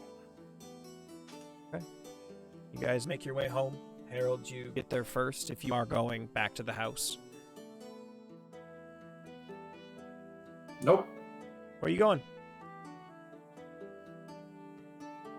Going to Dorothy's. Okay. You make your way to Dorothy's. The rest of you make it back to the house roughly the same time as Harold makes it to Dorothy's. And you all notice that Harold is not there when he probably should have beat you home. But Harold, do you knock? Yep. Okay. You rap at the door before eventually a dwarf, a dwarven man, Garin, sad, very sad. Like his face is so long and his eyes, like they've got these massive bags under them. But he opens the door and he goes, "Hey, Harold, what can I do for you?"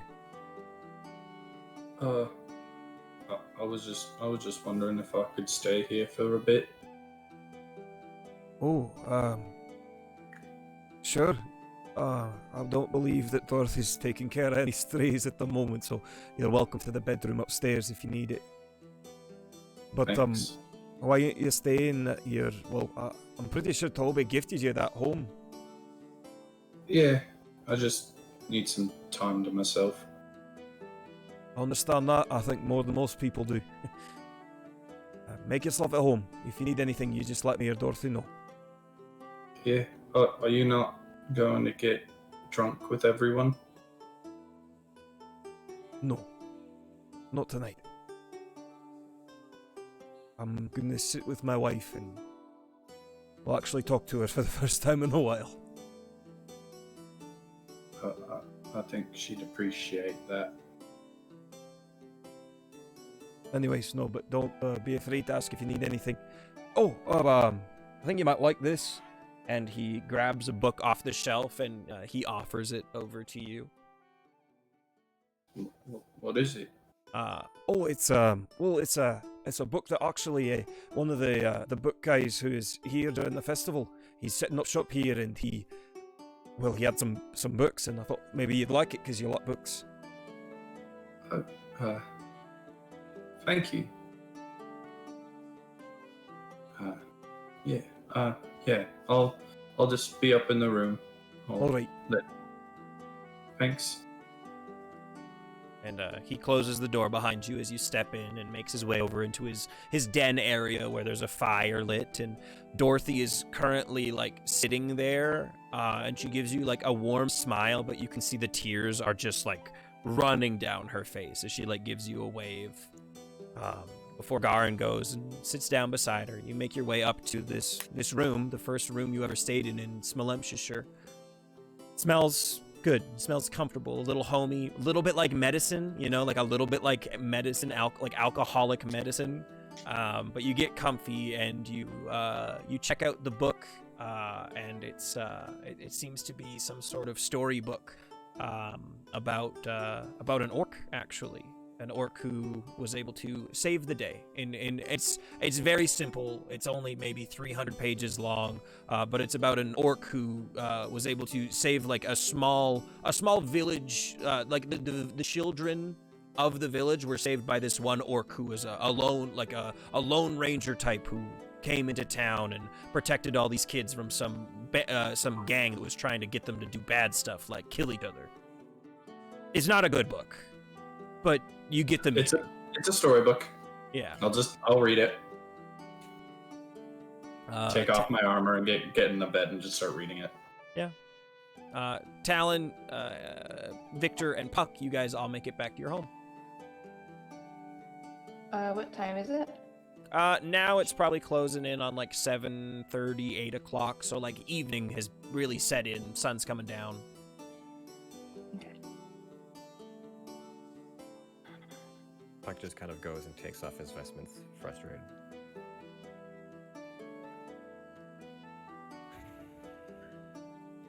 We should talk about this.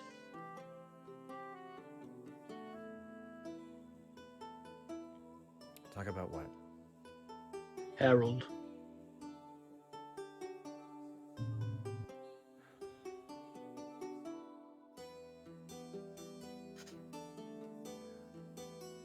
He was taught certain ways of life that I think are counterintuitive to our goals.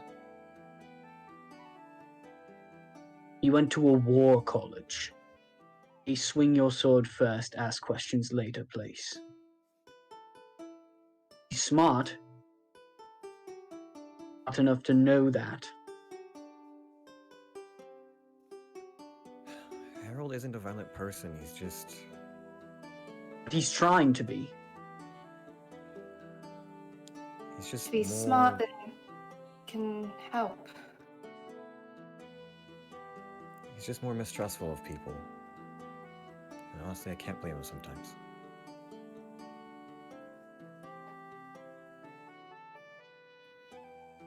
Yeah. Look, I saw him and I rushed off. I know we didn't... It's not like we had an idea of what we were doing. I just, No. But when we all came together, we had a way we were approaching it. 3 of us, and he had a different way. And when we asked him to be a part of the team, he refused.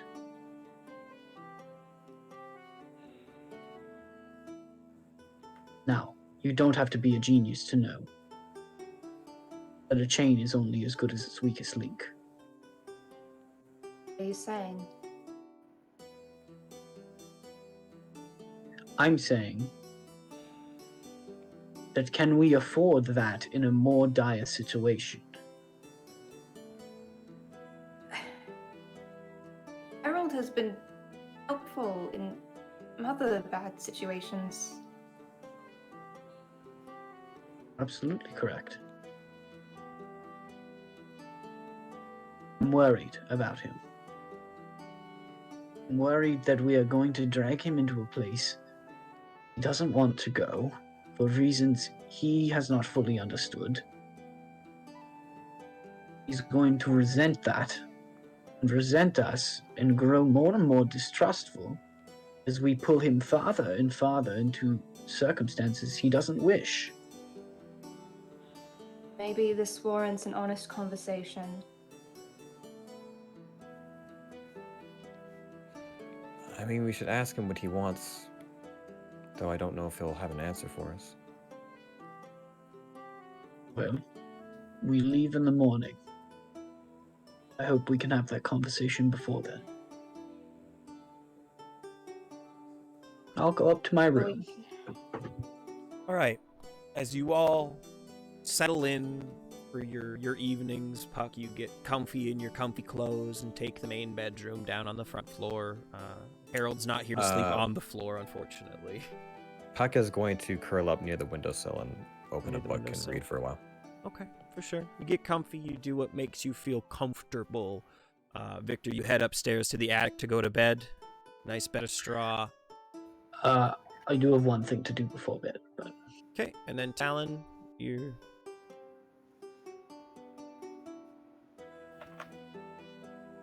Alan will.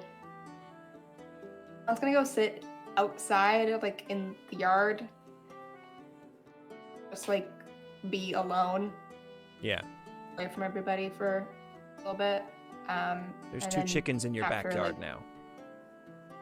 Oh, good. I'm gonna pet the chickens. And then after a little, like half an hour, I'll head up to bed and I'll settle in and I'll cook up in one of my books and try to read. Just a bunch of readers in this party. I love it. we're night readers. We Yeah. read at night. Y'all I get have into 3 your... books I've never touched before now, so... You get into your comfy spots, you open up your books, and you find some peace. Victor, what else did you want to do before you go to bed? I'm going to open the Ganassi physiology book to a page, to the page in which I made my discovery. Mm-hmm. And I'm going to focus on it and go, all right, Orokazoa, time for us to discuss some things. And I'm going to, this is my bottled respite. Okay. This is my lamp. Okay. This is the book. Okay. Very cool. Okay, cool. So as you open So the I'm book- going to go into my book. Yes. So as you open your book and you concentrate, to anyone else who were they watching, they would have seen Victor literally sucked into the pages of this book, this very specific page, as the attic is now left empty, the book sitting there in the straw thatch bed. Victor, you pop out as you close your eyes, you can almost like feel hot, like you feel this intense heat move across like every part of your body before eventually you like your eyes refocus and you're in that same sandy marketplace. You can hear people going to and fro, yelling in a language you haven't heard in a long time, beside fountain. And in that fountain, instead of your reflection, you see the deep red skin, the pointed goatee, the long slick hair in a tight little ponytail, and those gold eyes. Good evening. Good evening. I'm here to discuss more details on our arrangement. It is very wise, Victor. Thank you for calling me that. I'm curious as to what you need from me. Well, What am I to do in the material plane? what I need from you is to find those like you. There are many who, well, as I have spent some time in your mind, I understand that you call me a scar, or what you are to be a scar. So there are many who are scarred by me as you are. Some use the power that they can find within to cause mayhem. Others, they do not even know it exists. But should you be able to find enough of these people to reconcentrate my energy, I can once again take my form and leave this place, return to my home in the elemental plane of fire. And how do we free them from your scar? Well, there is a few ways. There is one I way. imagine. There is one way. Where Is you there a must- way that saves the host? Yes. It is the easiest way, any way that I am the most excited to try. Should both hosts be willing, you will only need to clasp hands, think a thought, and if you are willing, my energy will be able to pass from one to the other. Oh, so you're going to constitute in me? Only if you are all right with it, Vic. Or else I should find somebody else who is comfortable with that arrangement. No. I like it. Good. So do I. I'd like to make a few things clear. I know. I will not harm anyone who does not deserve to be harmed. Are we in agreement? This is a fine line you ride, but I believe that I can be agreeable this time. I will be the judge of it, of course. Very well. And since there is a non-hostile way to transfer your energy to me, I don't see why that will be a problem. Good. Once you are free and on your elemental plane, I do ask that you never return. Victor, never, but this world is so fun. To never return here would be Yes. a shame. Well, let us meet in the middle. You may return, but you are to cause wanton destruction on my plane. I will see to it myself that you will not constitute again. You are brave, but you have a deal.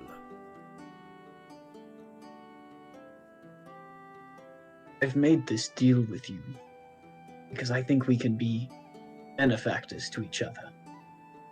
As do I. I have given up a life of needless violence. I fight for a cause now. I think that would do you some good. And I hope, while you travel with me, you will learn. I suppose we shall see, Victor. But you must be I aware as hope- well. In return, You must You. know. imbue some chaos on me. Well, that I like. That I like very much. Now, Victor, I must let you know before you go. Others who are like you, they may seek you out. They may not be as kind as you have become. I think you understand what I am trying to say. I do. If I am a beacon for bad people, I do not consider that a bad thing. Let them come, and I will show them the error of their ways. Good. Now I am tired, let me sleep. Is this place you've chosen for me? Oh, it is where we met, of course. The first time. We are in Kelhura. I am surprised that you would not remember it. Though it has been a long time. It was another life. You and Marcus I were both will- here there's- getting water from this fountain.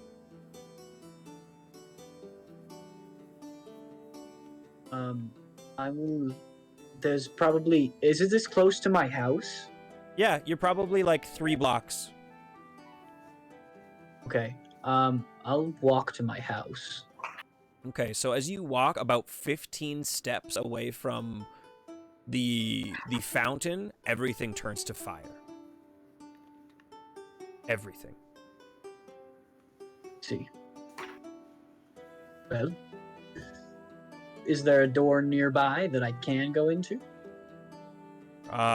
Nothing within 15 feet from the fountain. Very well. I take out my books, all the books I have. Yep. And I'm going to just leave them by the fountain, except for Genasi physiology. That one's not even there. But I'll take out Roman architecture and the few other books I've collected. I'm going to leave these here. Or why? I don't suppose. But if I can carry 6 books in one, why wouldn't I? You mean to use this space as some sort of sack? Fine, you may do it, but I do not promise everything will be here when you get back. Take a peruse in Roman architecture. It's thrilling. And I will take myself out of the book.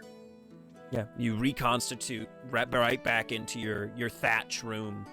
Sitting right in front of you is the book on Genasi physiology. I just like go to put it back into my bag, and as I open my vest, I see the dangling pennant of Athena, and I just linger on it for a second, and then put it back and go to sleep. Okay. Do I? Do you sleep? How sober am I? By No, now. I'm gonna go look for Harold. Okay. Where do you look in Smolemcheshire for Harold? I don't know. I just look everywhere. I don't know where the fuck he is. Okay. If you're just wandering, you wander for maybe like an hour and a half, and you've walked every street in this town, and you don't see him. Harold, no, you're pretty well into your book. I don't think you would even notice. Yeah, no, I rolled for it, and Harold would have just fallen asleep in that bed with reading his book. He had intentions to leave once it got later and once he cooled down, but he fell asleep reading the book. I'm going to start, like, I'm asking people, anyone on the street, if they've seen him. Okay, go ahead and roll me a investigation check.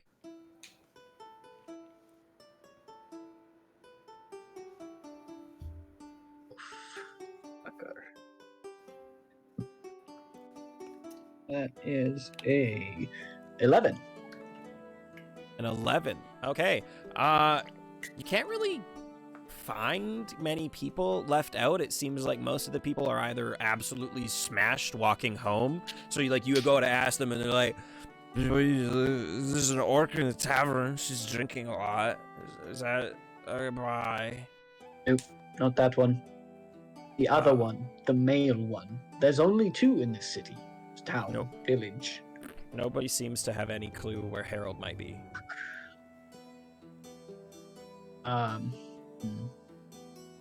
Look, I'll look in the tavern. I'll try to talk to Toby. Okay. You go to the tavern. You see Talna and Toby seem to be having another drink after the funeral, and you can see like a legitimately sad look in Toby's eye as he sits there speaking with Talna, and you can see that Talna's kind of giving Toby the same energy that she gave the Shield of Fate. This very loving, very caring, like trying to take care of this idiot. Talna, I'm looking for Harold. Have you seen him? No, I don't think I have. I've really just been here. The ale is really good. Would you like one? No. What about you? Have you seen him? No, sorry. I have been here speaking with Talna and just... Very well, and I will leave. Okay, have a good night, Victor. Bye, Talna. Sit up. Okay. You make your way out of the tavern. Toby, Alright. staring after you quizzically, but... It's been so... Okay. This has probably been a couple hours, right? Yeah, it's been like 2.5 hours now of you going I'm through fucking town. knocking on doors now. Then I guess I'm just down to knocking on everyone's door. Okay. I'm I'm probably not going to sleep tonight. But You knock on one door, and the person comes, and you're like, "Is Harold here?" And they're like, "No, Harold's not here." Next door, "No, Harold's not here." Next door, "Who's Harold again?" Before eventually, like another hour of knocking goes by. It's like 1 o'clock in the morning, and you arrive at Dorothy and Garen's house. Knock, knock, knock. Harold, you hear the knocking at the door. Victor, you kind of stand there and wait, and then a dreary-eyed Garen opens the door. You know, the fire is still like at a smolder, and it doesn't look like he's really been sleeping as much as he's been crying, and he's up late. Garen, sorry to bother you. Is Harold sorry. here? He's sleeping upstairs. Oh, thank God. He just needs some space. Okay. May I come in? What do you want, Victor? It's late. I need to apologize to him. Can't you do that in the morning? You know what? You're already here. Go nuts. Just be quiet. Don't wake up my kids or I'll kill you. I will not. I will. As quietly as Victor can, go up those stairs. Like every step it feels so loud. Harold, you can hear him coming up the stairs as he's woken you from sleep. Until he does, you get to the door, Victor, of what you know is the spare bedroom. I'm pretty I sure you've open been the door here to before. the kids' room first and go, oh, shit. You see one of the kids. You see the little boy. He goes, "Oh, Victor, is that you?" Shh, you're asleep. And I close the door. Okay, I'm asleep.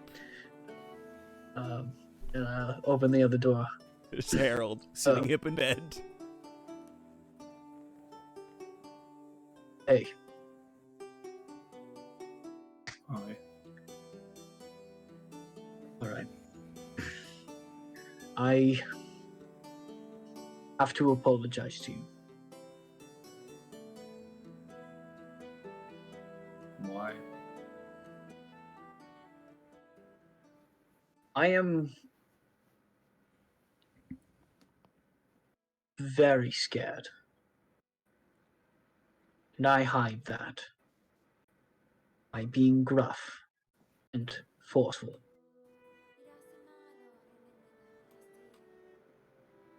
I'm not afraid of being hurt or being alone. I am afraid that I have no idea what I'm doing. So when you didn't listen to me, I was scared. And I made a bad call. And for that, I deeply apologize. You are my friend. I've not given you the respect you deserve. You don't have to say anything. I just needed you to know that. And that I have secured passage and we leave in the morning. So, if you do not want to come home, that is fine. But if you do want to join us still, I hope to see you at the docks. Enjoy the rest of your evening. Sorry to wake you. I've lost track of time. It's okay. And I'll leave.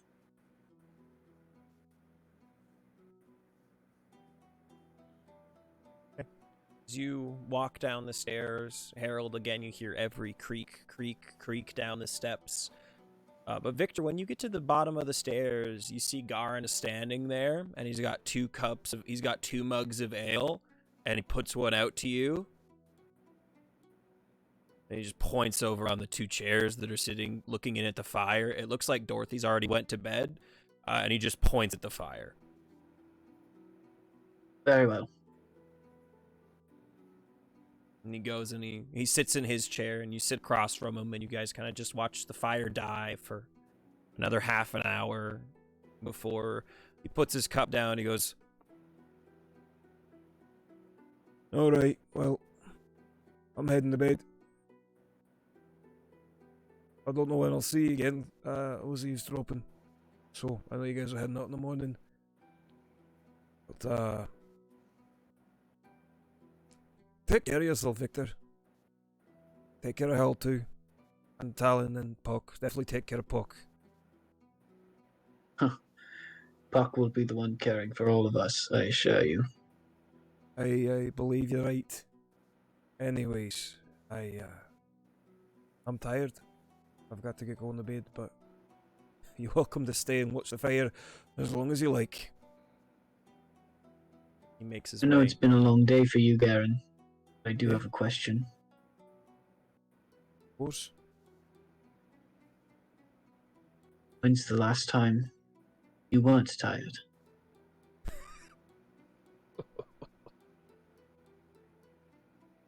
Probably since before I had kids. I think the last time I wasn't tired was when I was a kid. Hey. Seems to be the way of the world, eh? Yes. Yeah.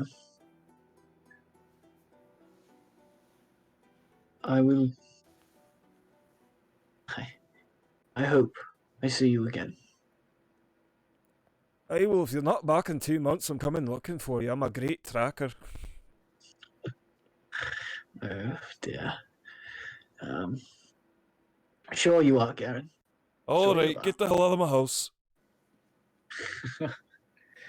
I didn't drink a drop of that ale, so I'll just pour it on the fire. And go to bed. And All right. go back to my house. All right. I will climb through the window because I don't want anyone to see that I was out. So Puck, who is still waiting at the front door, will probably cue you in that Victor has returned. Yeah, no, I listen. I can roll a stealth roll, but let's face it, It's a fail. it's not. It didn't work. You hear me going through the window.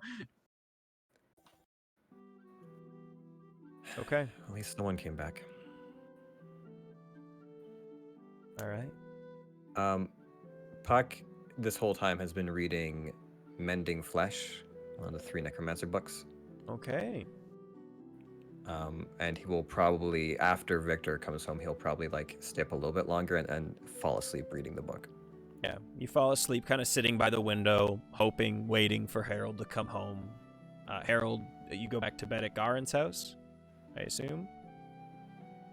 Garen and Dorothy's. I don't know. Harold will probably... He'll probably finish reading the book, because he didn't quite finish it before he fell asleep. Yeah. Towards the tail end, you can hear very quietly a couple of male voices. One that you recognize as Garen's, the other is Victor's, before the door closes.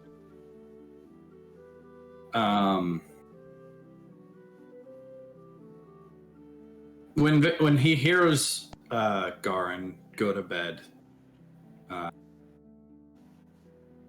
knowing that he's not the sneakiest, he's probably just going to stay there. Okay. All right.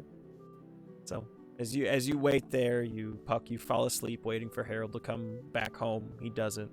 Victor, you pass out hard. Talon, you've been out for a while. But eventually you do all come to sleep. And in the morning, Puck, you sleep in. Victor, you sleep in. Talon, you're the first one up. House is quiet. Kind of eerily quiet. Normally Puck's already up and moving by now. It's how early is it? It's probably like 6:30 a.m. Like you got to bed pretty early compared to everybody else, so it's bright and early for you. You also know that the what's the guy's that the name's Doc? I forgot to write his name. Anyone else write it down? Chat, did you write it down? The name at the bar? No, the guy at the dock. Oh, at the dock. Gillen. Oh yeah. Gillen. Gillen. Thank you. One of those. How many G names do we have now? Oh.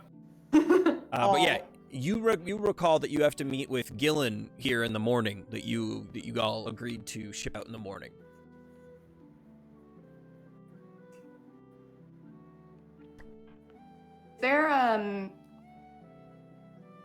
Is there like foresty area like within a reasonable like?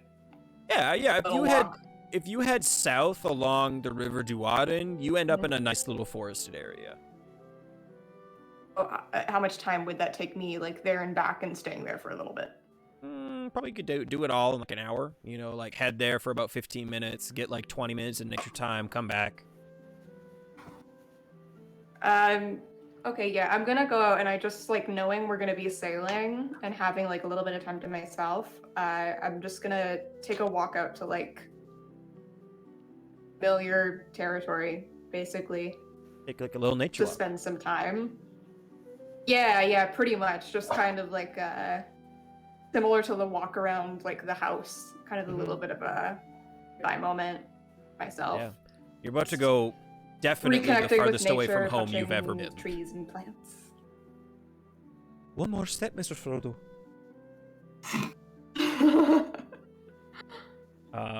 But yeah, I'll head out there and it's lovely. You make your way. You can hear the snow crunch under your boots as you make your way out there. You can see your breath like freeze in the air. It's still chilly, but nothing you're not used to.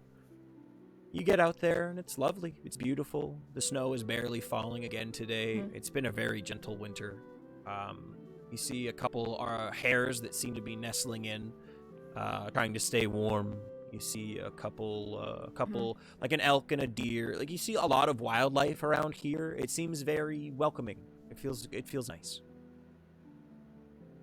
is there any like evergreens type? Oh, many. Like that's pretty well what this forested area is made up of. Just want to grab like a little like sprig, take with me. It's like a sort of like keepsake reminder. As you snap it off, And you get a little bit of sap on your hands, and it's like just so sticky, and you can't get it off. And it's kind of frustrating, but also it's just like home, you know? It's home. That's just what it is, and it smells so good.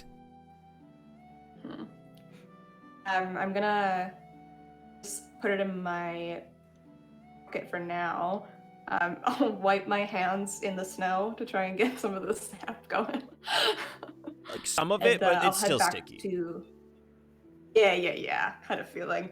And I will head back to the house. So yeah, as you When I get there, I'm back gonna home, tuck my little pine. Oh, sorry. You notice that Puck is like just sitting there at the window. You left through the back because that's closer to your room. Coming back, you come in through the front, and Puck is just like zonked by the window, book in hand, like in a horribly uncomfortable position. Back's gonna hurt.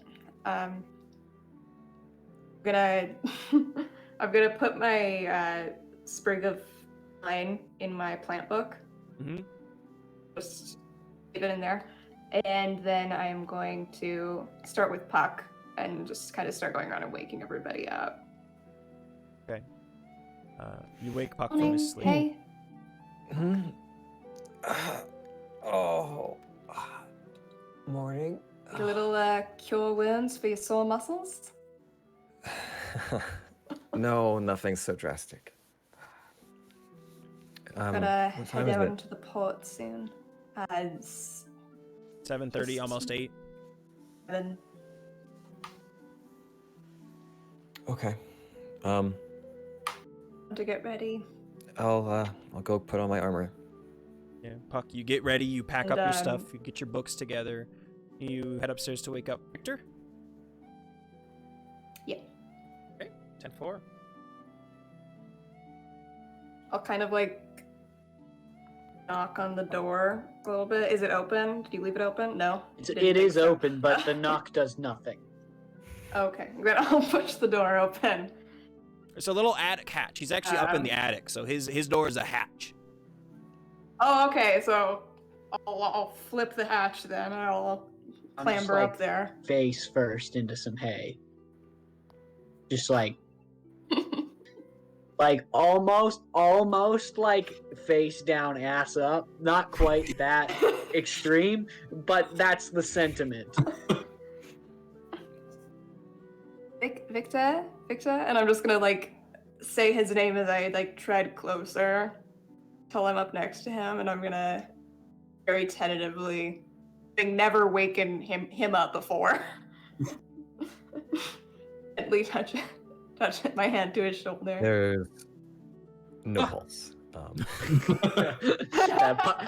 Puck killed me in my sleep. Dirt Puck. Like hay kind of sprays everywhere. It's like, Morning. hello, good morning. Morning. Time to You go. were really out. Yes. Yes, late night. Did a lot of reading. Is Harold here? No, I think we're going to have to go look for him. Yeah, Harold, you would have I been was stirring. thinking, since you stayed there before, Dorothy's be a good place to check. Perhaps he'll just meet us at the docks. All right, if you We sure. can go there, and if he's not there, then we can go look for him. Harold, you wake up in Oh, Dorothy's yeah, guest room probably better to meet him. about 7:30 in the morning. I just assumed I would have gotten up with Dorothy and the kids because they probably would have been making quite a bit of noise. Okay, valid point. About 7 then. 7, you can hear kids talking, and you can hear like what wakes you up more than anything is the constant shh. He's sleeping. For God's sakes, children. Yeah, Harold will kind of just like slowly open his eyes, just kind of take a deep breath. All right. Put his armor back on, head down the stairs, go up to Dorothy. Thanks for letting me stay the night. Oh, anytime, darling. Anytime. Yeah. And I'll look to the kids. Whose book is this? Oh, it's your book now. No. I can't accept it. It's one of yours. It's. Have you Okay, read I'll it? take it. and the young man holds his hand out, and he's just like, "Give me the book." I'll put it in his hand. It's about a hero. You might like it. I love books about heroes. Kind of reminded me of your dad a bit. Really? You think my dad's a hero? That's weird. He's not a hero. He's just a hunter. Yeah, he does more for you and your mum than you probably give him credit for. Maybe. I'm gonna go read my book now. Mom, can I read my book? So you can read your book. Okay, I'm gonna go read my book. Yeah. I'm assuming he's still sleeping. I heard him up. He was up pretty late. Oh, we were up late, and then he was, I don't know, I don't think he made it back to bed until almost 2 o'clock in the morning. It was ridiculous. It's insanity. Yeah. Well, let him get some sleep. We're gonna head out today, so. Oh, where are you going? How far are you gonna be? Don't really know, but we have a new lead on what Talon's mum might be, so. Okay. We're gonna- Oh, Harold, I almost forgot. And she runs up and she gives you a big hug before running over to one of her closets, like this big, like, chest. She opens it up and she grabs what looks like a very familiar face out of the chest, the pelt of a white wolf that has been fashioned into a cloak.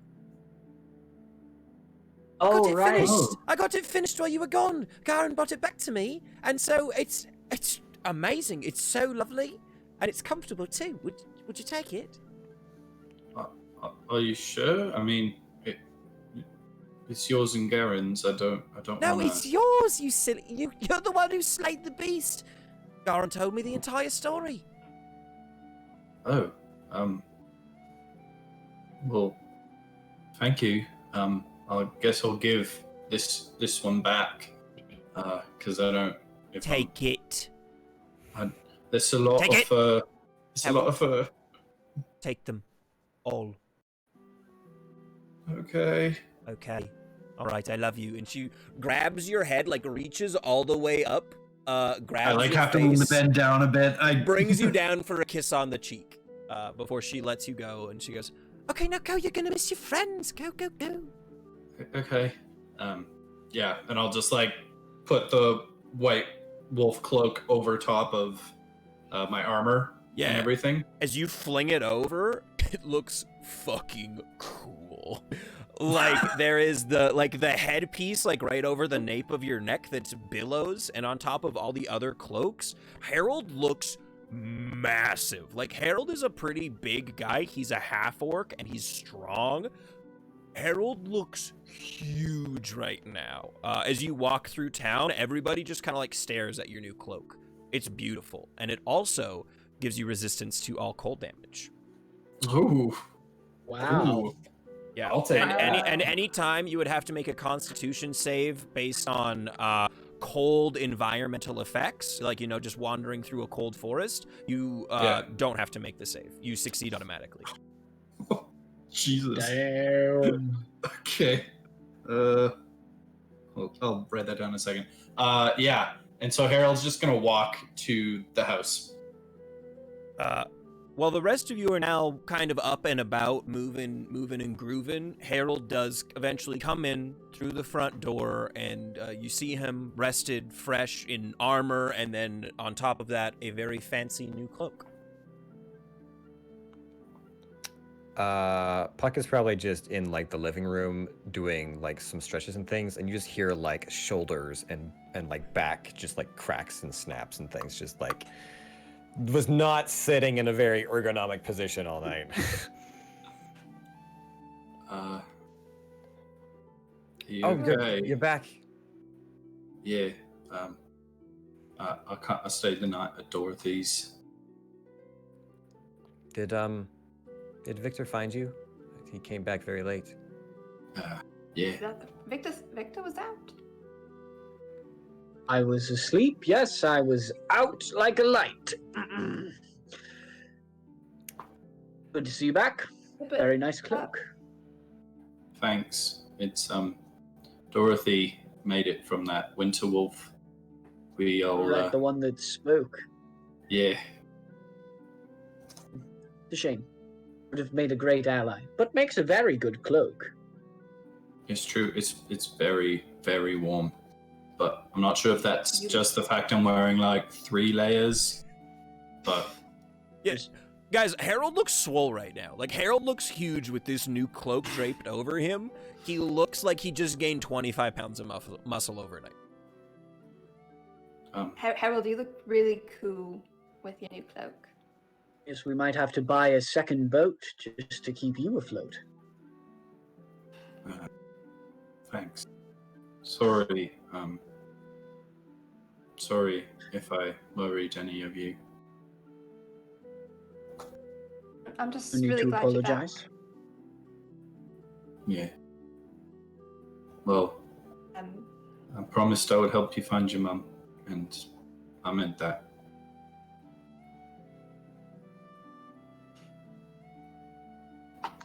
Talon Speaking of which- gets emotional. Talon's getting emotional. Well, the first, we aren't going to the island yet, but our boat awaits. We should go meet Gillen. Yeah, boat awaits. Thanks, guys. Well, you guys No need to thank us. pack up. You get This all is a your good stuff. thing. All your stuff together. Is there anything you guys want to bring? Anything you guys want to pick up on your way out? Real quick.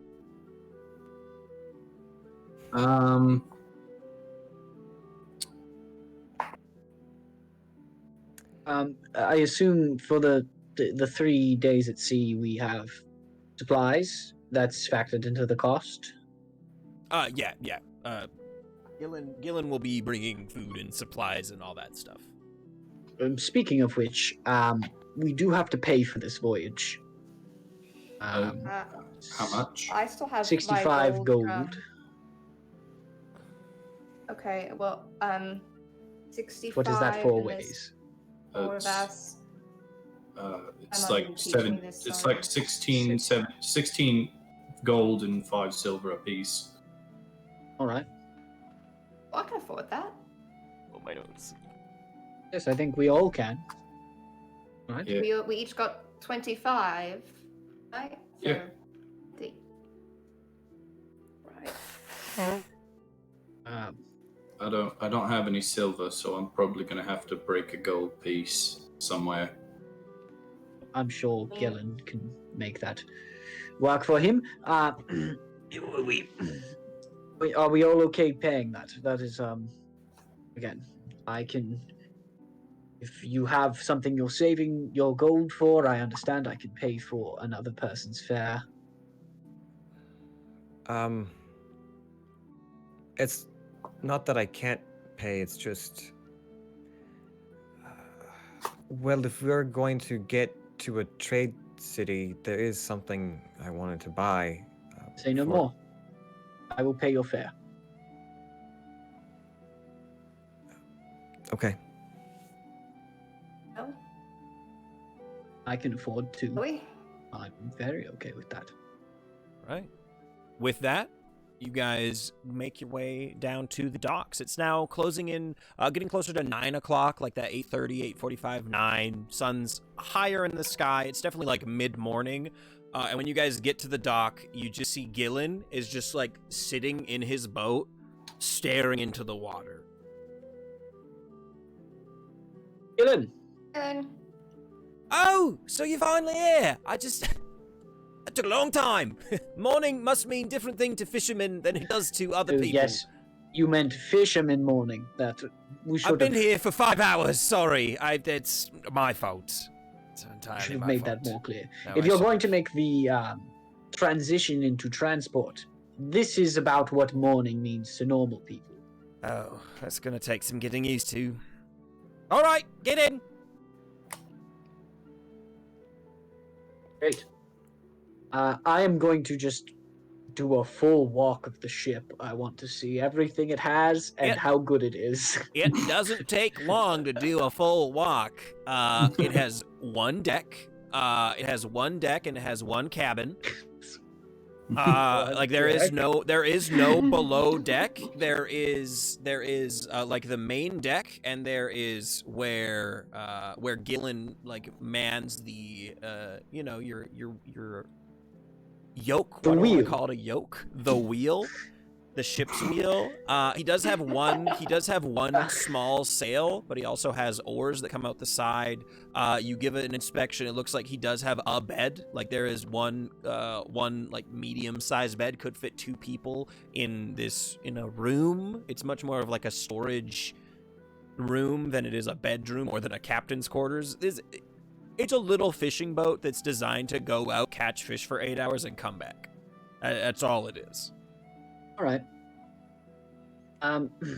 I can make that work. I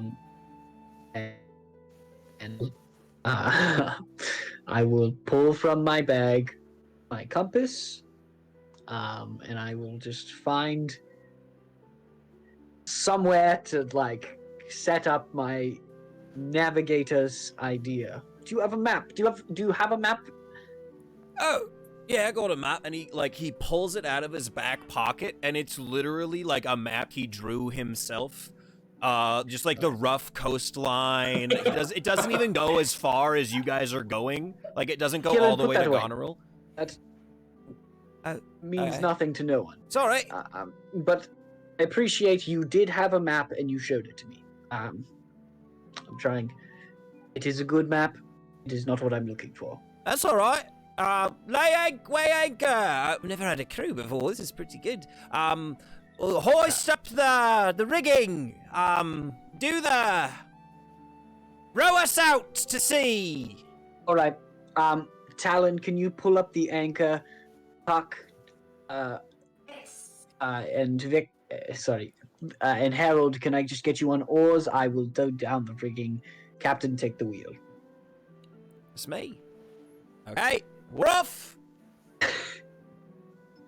And the Shield of Fate Perfect. manages. They all take their own little jobs. You pull up the anchor, you get the rigging, you start navigating, and you are on a shitty little fishing boat heading down a river, and it's pretty sweet. But yeah, you guys are cruising down the river, not a care in the world. Seems pretty calm right now as you travel down the Duaden towards the ocean. Quiet. You can see Victor sort of standing near the edge of the ship with his eyes closed, just like picturing being on the Surrender. This is obviously not the Surrender, so if he opens his eyes, it ruins it. But if he closes his eyes and just lets the breeze hit his hair, he can be taken back. Okay. What does anybody want to do anything on this 3-day boat trip on this very cramped boat? Puck, you cannot work out. Just so you know. Sorry, buddy. I mean, that's not true. He can row a lot. He can row. Puck can row and do push-ups. Also, we can do push-ups and other things. That's about it, man. We can wrestle. Harold's just gonna read his blacksmithing books. Harold's gonna read. Talon, Oh boy. anything Alan you is doing going on to this sit boat at trip? the very, very front of the ship, like as close to the front as she can. Never been on a boat before. Very exciting. It's a pretty cool boat. Right up at the and she's just like blown away by like the vastness of the sea. First of all, how nice it smells out here, the ocean air. That's great. She kind of keeps, as great as it all is, she's already like opening up that book and like, smelling her little pine branch she brought with her, like secretly. Mm-hmm. Oh yes, Not of course. openly? Just Yeah. roll a stealth check. Go ahead. Go nuts. Oh, 9. 9. So Harold's reading. Victor's eyes are closed. Puck, you notice that every once in a while, you see Talon like reach down and like sniff something. That's all you notice. You notice her like open her book, like go into the book and just go like, put the book back down.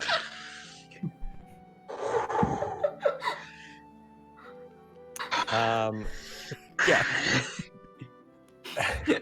Okay, so for Puck's sake here, just so I get all my thoughts out, he is going to do as much like self-exercising as he can, whether it's like planks, sit-ups, push-ups, rowing, whatever. He's going to continue reading from his 3 books. Yep. And picking up as much information from there. In the mornings, he's not calling out to Apollo, but he's making himself available in case Apollo ever does call on him. Not expecting Does not happen. anything. Yeah, that's what I figured. And as he notices Talon do this, I think by the second day, he just like notices her like mid sniff, and is going to just kind of like creep up and like look over her shoulder at this book. What a phrase. Roll. Notices her mid-sniff. Roll a perception check, Puck. A perception check? Okay.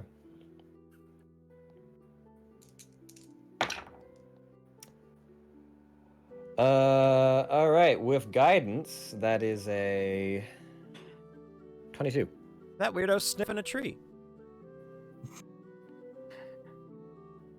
You look over and you see like a pine, like pine needles just chilling in the book, like almost like pushed into the paper. She's just sniffing a tree. Something to remind you of home.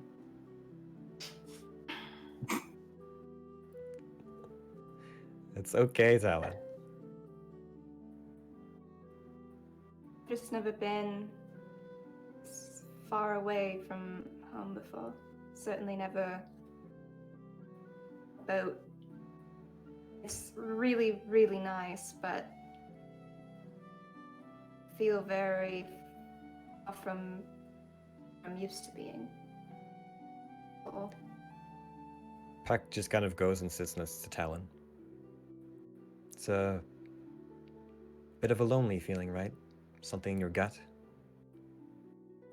Almost like I have rope tied around my belly and it's getting pulled taut further I go. Well, I felt the exact same way when I first left. Mind you, it was a much bigger ship and maybe a bit of a longer trip than we're on, but just remember that you still have home with you, wherever you go. My branch does smell really nice. Do you wanna? Do you wanna? Squall incoming! Everyone, tie yourselves down, or we'll be lost to the bottom of the sea. What does that mean? Is that true? All? You look around, you look at the water, and there's like waves, like like a couple feet high coming in from the ocean, like bigger waves than normal, but not like a typhoon. It's just like it's wavy. This is fine.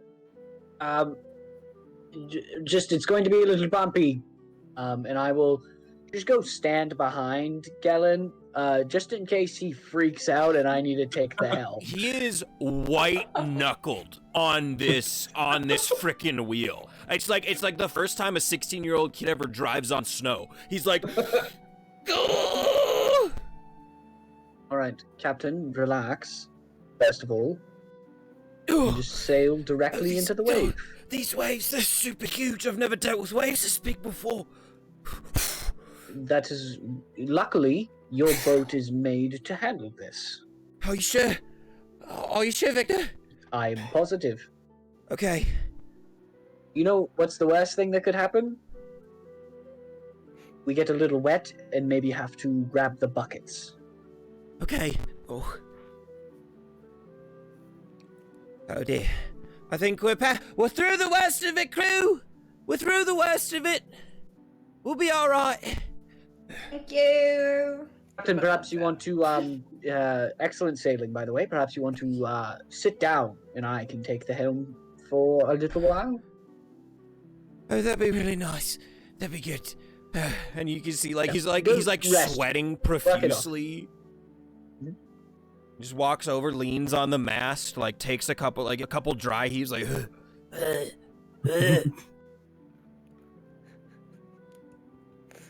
I will sail. What is this ship's name, by the way? Does it have one? It's the Gillen. Oh dear. Very well. I will sail the Gillen. Very good, sir. Oh no. Sorry, that's the first time. I'll get it. I'll get it. You'll get it. All right. A few things I would like to do on our trip. First of all, I would like to give everyone a 1 to 2 hour crash course on what ships are, what everything on the ship is called, and how to operate it. Okay. There isn't a lot on this ship. It's mostly sails and rigging and whatnot, but I show them how to do the knots and everything. Honestly, Puck spent a lot of time on a boat. Harold's very intelligent. Talon's pretty good at figuring stuff out on the fly. Everybody picks it up pretty quickly. Like, it wasn't difficult. Just sort of go over, like, overboard procedure and what to do in a real storm and other things like that. I would like, on the first evening, if we're doing, like, fast forwardies, Yep. I would like to grab Harold. You know what? There is no privacy on this boat. Everybody, if you don't mind, could I spare a moment? Yes, of course, Mr. Victor. Not you, Galen. Walks You go right to away sleep. from the wheel. This will be fine. Are we? Oh wait, are we still sailing? I wanted to do this when we were anchored. Oh, he has not stopped sailing. He just like walked away in the evening and just like. All right. Could we go into anchoring procedure, everyone, please? Oh, and I will pull us in closer to the anchor! shore. And Lay anchor! Yep, We heard Gillen, you the you're first time, great, Gillen. Captain. You're doing great. Thank you. doing very good. This is probably as far as we'll get for tonight. That's We'll what I pick it was up in the morning. thinking. Yep, that's what I wasn't gonna go all night at all. Oh, yes, no, we should sleep. You should go to sleep. Okay, I'll do that then. And You've lost a lot of bodily fluids today. that's true. I'll go Um, sleep it off. And he just goes right into his cot. Right. Crashes hard. All right. First and foremost, I'm sorry about Gillen. He was all we had. And it's better than walking, I guess. You are very true, Harold. It's better than walking. Now, I have something to share with you all. I have, you all remember the story of the genie who sort of scarred me as a child, correct?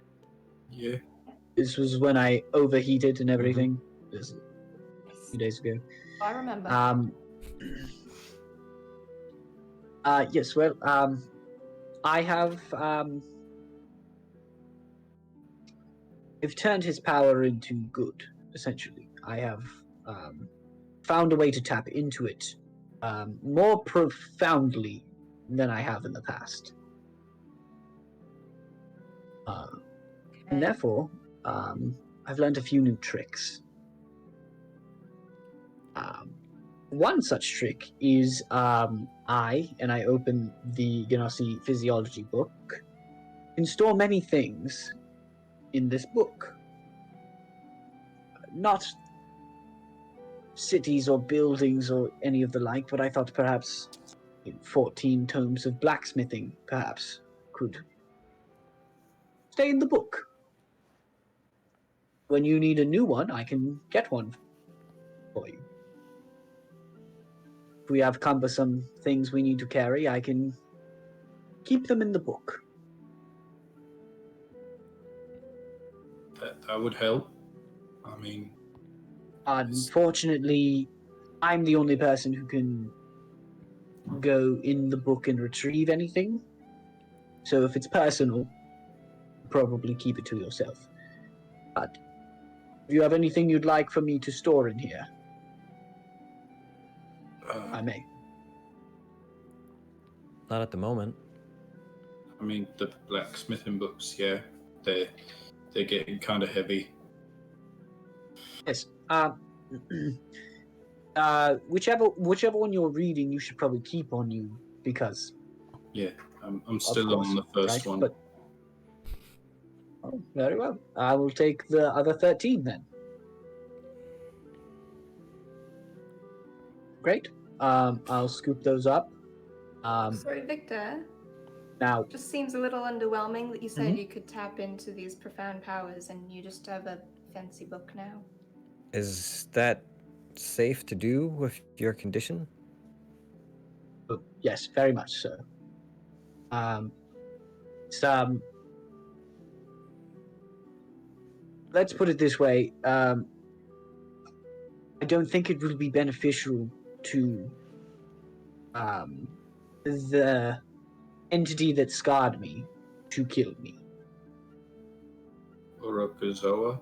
So in that regard, I think it's pretty safe.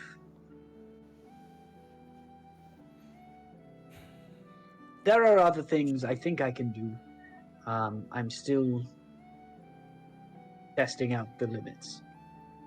I figured this one out earlier today, and I'll take one of the blacksmithing books and I'll cast Mage Hand and lift it up. Oh. That's cool. And I'll just like bring it to me. It's rather limited, but it's a cool trick. It's a very Fun handy at spell. parties. It's what spell is it? Was that a I thought it perhaps some joke, sort- Harold? Maybe. You know what? Do you know what this is? I don't. I do not know.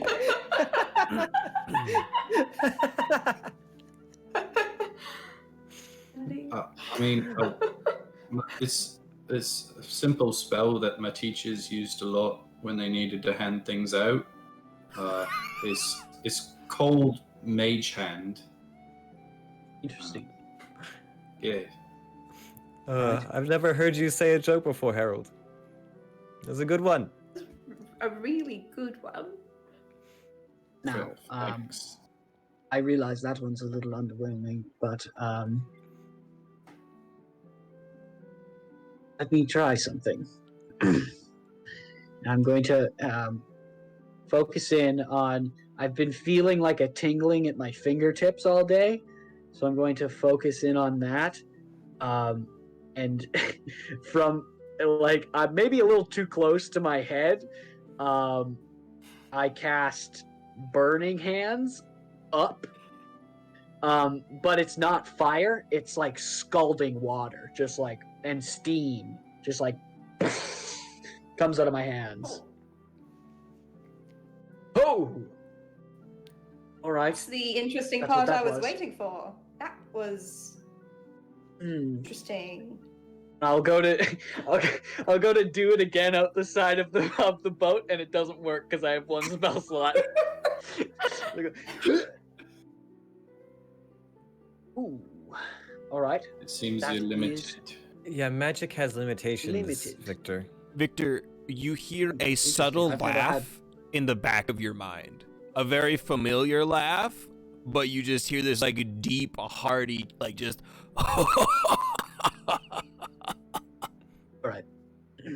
I'm being mocked from my inside, so I have to go really quick, and I'll take the books and I'll disappear into the book. Yeah, you guys all watch as Victor opens the book, grabs the blacksmithing tomes, and all of it just gets like as he like becomes ink and pages and warps into the book, almost as he's entered another dimension. Victor, you pop out the What's other happening? side, and you can see Orokozo is he's literally out of the fountain now, like holding onto the fountain, belly laughing. And this is the first time you've seen him not as just a reflection, but as his full physical entity. Yes, all right. You didn't tell me what you gave me, which I understand I didn't ask, but having fun finding out. No, this is good. You should find out on your own. It's very fun for me. I prefer it as well. It's like a fun puzzle. I'm going to leave all of these blacksmithing tomes here as Don't well. you We're starting a fucking dare. library. Don't you? We're starting a library. I hope you die. Do you now? No, I don't. Get out! Get out! While This is my domain. I know it's your domain. Get out of it! I'll leave. while this conversation is happening, Puck is just staring at the book, and after like a couple seconds, he takes out the bear hat and he puts the bear hat over top the book. And then he takes like 2 steps back and just waits. Oh, fucker. Okay, Paul's so gonna giggle and you also take a just couple take a steps step back as everybody watches and like holds in their giggles. Is now picture this scene, right? You guys are out. You've laid anchor on this like small little fishing ship, probably a couple hundred feet from the coast, if that. The waves are gently rocking the boat. The stars ahead, the skies, like the stars in the sky are absolutely mesmerizing. You can see every star. There is no torches. There's no fires. There's no nothing out here. It's just empty space, as far as the eye can see in some directions. And then slowly but surely, Victor starts to like out of the ink and the pages, and he's standing there, and the bear hat hasn't quite slid onto his head. It's just like sitting there propped atop as he pops out. Do I notice? No. All right, that's fair. All right. So I thought about, but I thought this might worry you, so I wanted to keep it to myself. But I realize now that if I'm going to be careful with this, you need to know all of it. So this is something I'm a little worried about. But with your help, I'm being serious here.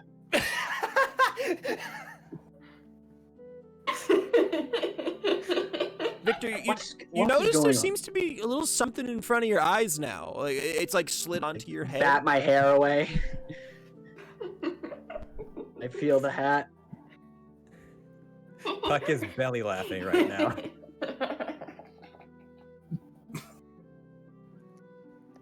It's his idea. Don't look at me. I'm so- It's all fine. I Write that open down. the book back up, and I go back into the book with the hat. With the hat. You go back About in. 15 seconds later, I come back out without the hat. So Victor, while you were in there, you noticed that Orokozo has one of the blacksmithing books open and is like leafing through it. As you pop in, he drops it. You throw him a hat. He goes, and you come back out. I continue to sandbag Orokazoa till the end of time. Always. Between it's- laughter, Puck is like calling into the pages before he pops out and being like, "It was just a joke, Victor. Come on, don't be that way." Their hats off. Back out of the book. All right. So we've lost that privilege. It was worth it. So long as it's Gotta- safe. I'm gonna put my It hand is- up to high five I mean- Puck as I'm laughing. It's as safe as it can be with with the only denizen near it is a raging fire elemental from the elemental plane of fire. I'm sure it's fine. If it gets damaged in there, Dorothy's coming for you.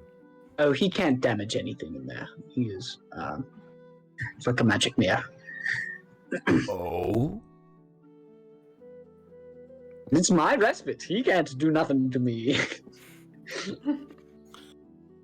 It's a kind of a shame you didn't have that when there was the library back at the keep.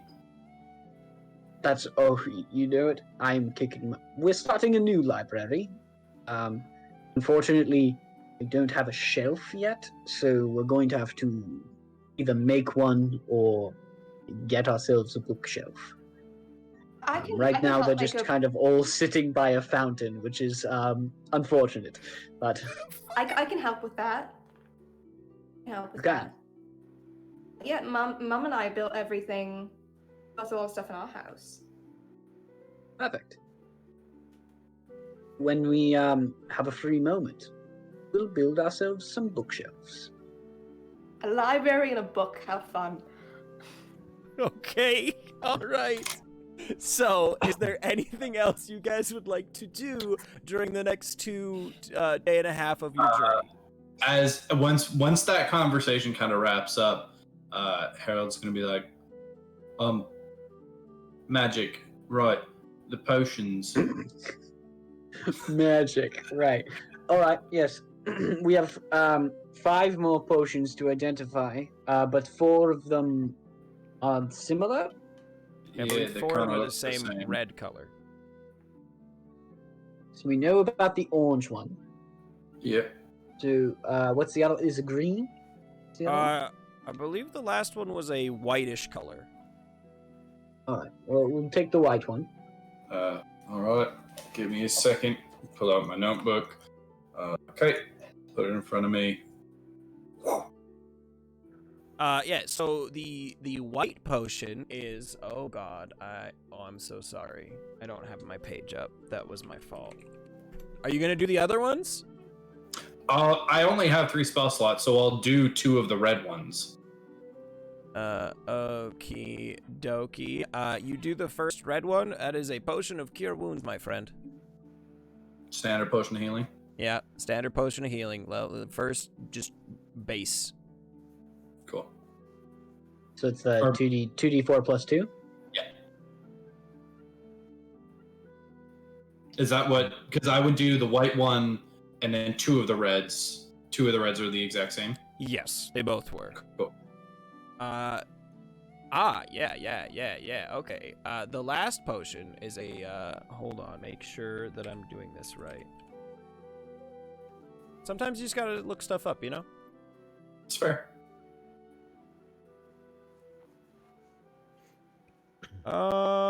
Yeah, the last one is a potion of clairvoyance. Oh boy. Okay. This potion. Oh man. Juju. Okay. So, this white one.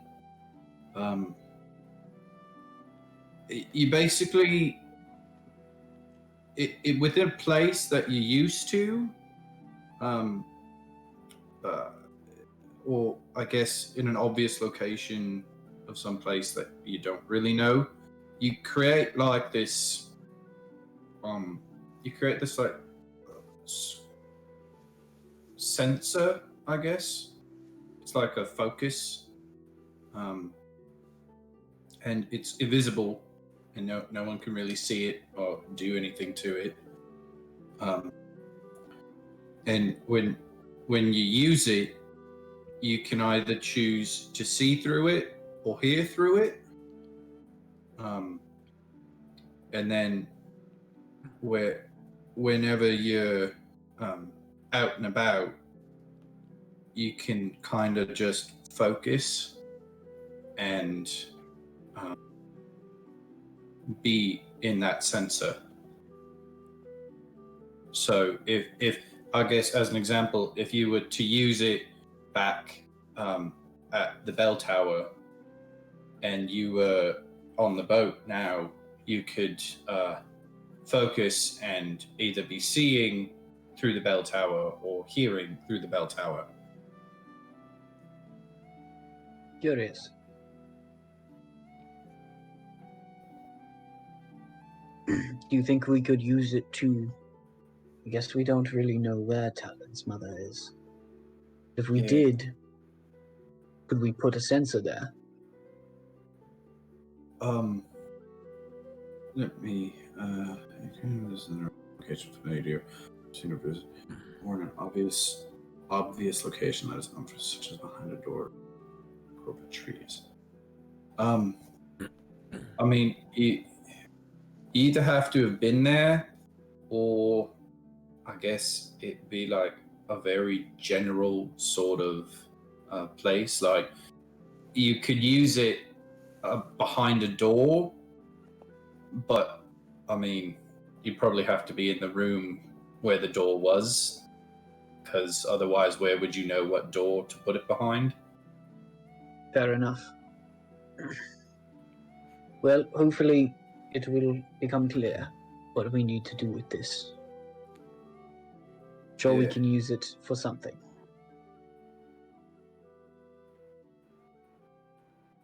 And these other ones are healing potions. Yeah, they heal a little bit.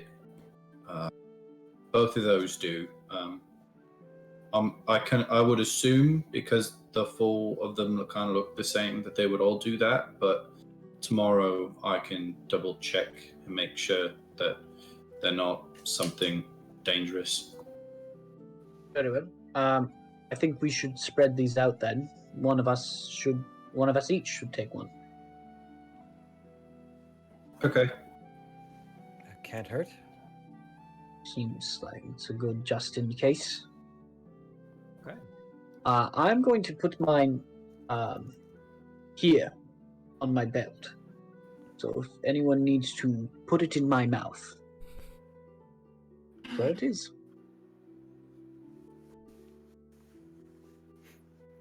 All right.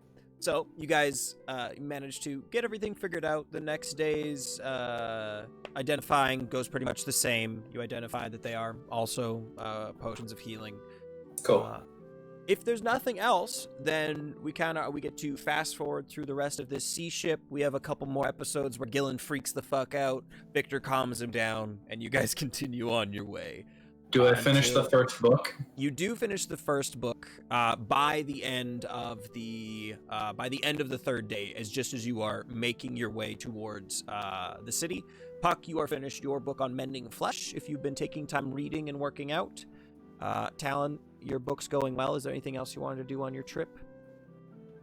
At some point, probably like one night under like clear sky, stars, and everything, Talon's going to be like sitting at the very front of the boat, and remember that she has that scrap of cloth that she found that was from her mother in the woods, and she's gonna dig it out from like the bottom of her friggin' pocket and put it in the book with the pine branch. Very good. Probably gonna cry a little bit by herself. After the day where we had a couple of laughs and jokes, I think in the evening time, Puck will ever so slowly start to hum that familiar tune. Okay. And he will also maybe just sit and chat with Talon a little bit more, just about your first like sea trip away from home, and trying to cheer her up a little bit. Yeah. On one of the evenings, you guys get some time where the anchor is laid. You can hear Puck humming a little tune to himself, and the rest of you have heard this tune a few times now, and it's starting to grow on all of you. It's nice. It's comforting, and it's sweet. Did you guys want to RP that conversation, or just for having it? Follow your hearts. I have a lot of feelings, so.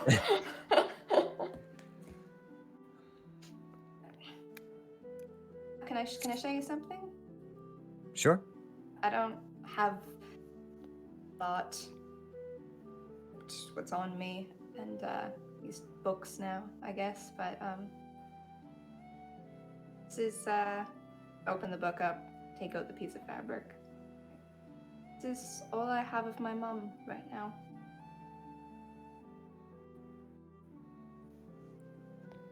If that feels weird. We all carry a piece of the people that are important to us. Sometimes it's literal, sometimes it's a lesson or a song.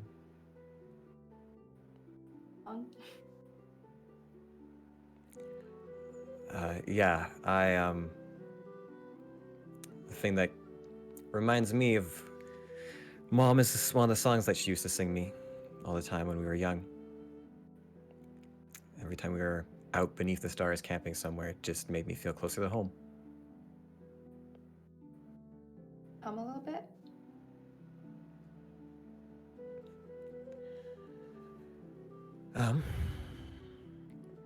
Well, it's very apropos because it's a bit about sailing.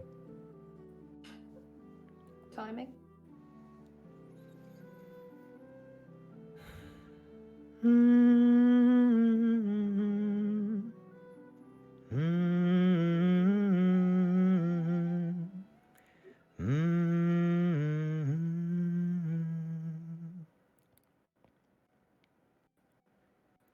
I set my sail, fly the wind, it will take me back to my home, sweet home. Lie on my back, clouds are making way for me. I'm coming home, sweet home. I see your star, you left it burning for me. Mother, I'm here.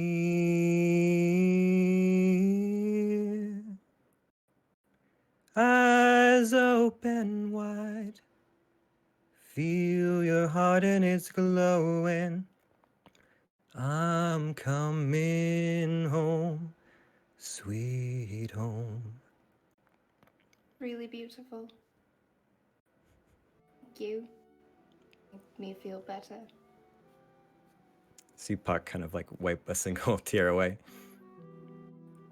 Talon's gonna see that he wiped a tear away, and she's just gonna hug him. Rambunctiously. Wow, Puck, you sure are good at singing. That was really good. Puck is kind of like returning Talon's hug. Gillen reaches over and hugs you both a little awkwardly from the side. Thanks, Gillen. I'm We're not all a happy big with the happy singer as family my now. mom, but Yeah, Gillen. This is good. Gillen, would you return to the ship's helm? You can do it, Someone Victor. needs to I'm steer. hugging. I'm hugging. It's fine. Very well. You know what, Garen? I think the hug's over. No, it's okay. I We're think, still I think hugging. we're done. Oh no, I'm gonna snake my way out of. Okay, he's now just holding Puck. Puck, it's all right. It's all right, Gillen. And he's just gonna like stroke the back of Gillen's head.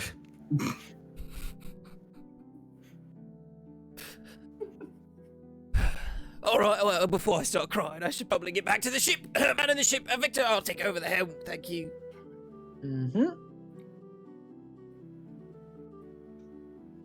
Very touching song. Fuck.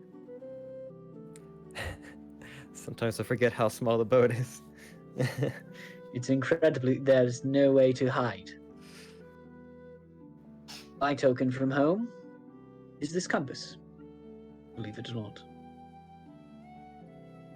How long have you had it? Oh, it was a gift. I couldn't be 10, 11 years of age, probably. Oh. Who's it from? My brother.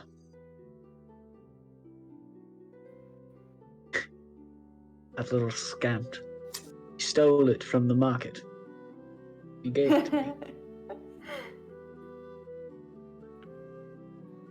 Well, as gifts are found, I suppose. Not bought. Perhaps it was destined to be a pirate's compass. Sounds like it. Mr. Victor! The town is in front of us! I don't know what to say! You Land typically ho! say land ho, but we never really left the view of the land, therefore Land say- ho! just say we're docking. City the port. ho! City ho! Everyone! Gillen, are you confident you can dock this ship in an unfamiliar port? Oh, and you see that he sees, like, in this, like, evening, as the sun is, like, low in the sky on the third day, there are big ships in this port. And he goes, oh, yeah! Oh, no. No. I'm not. Perhaps you should, take a seat, Cap. Yes, first mate navigator Victor, I will sit and allow you to do your thing, sir. I mean, Aye, aye. I'm the sir. This is certainly your order, and I'm respecting it. That Aye, is aye, it. sir. And I will take the helm and sail our ship into the friggin' dock. It's not hard. Harold kind of mans the oars, helps out a little bit, and you guys... It's not hard at all, because the ship is so It's so small, small. and the ports are so big. Like, it'd be harder to hit something than it is to not hit something. But yeah, you make it up onto land. You give Gillen the money, and he just like sits there waiting. He goes, so am I taking you guys back soon? Then is this like a day trip or? Galen, we are likely not heading back to Smalemshire. So, why don't you make the voyage back? Perhaps you can grab someone who is going. Also, perhaps. Make money both ways. Oh dear. Okay, yeah, Real no, that's very transport smart. vessel. I should go find someone else to help me. I mean, to voyage. To voyage. I mean. Anyways, boat's docked. Do I have to pay any fees here? I've never been here. This city's very large. And so, as you guys, That is a question for the dockmaster. as you dock in, Goneril is a beautiful city.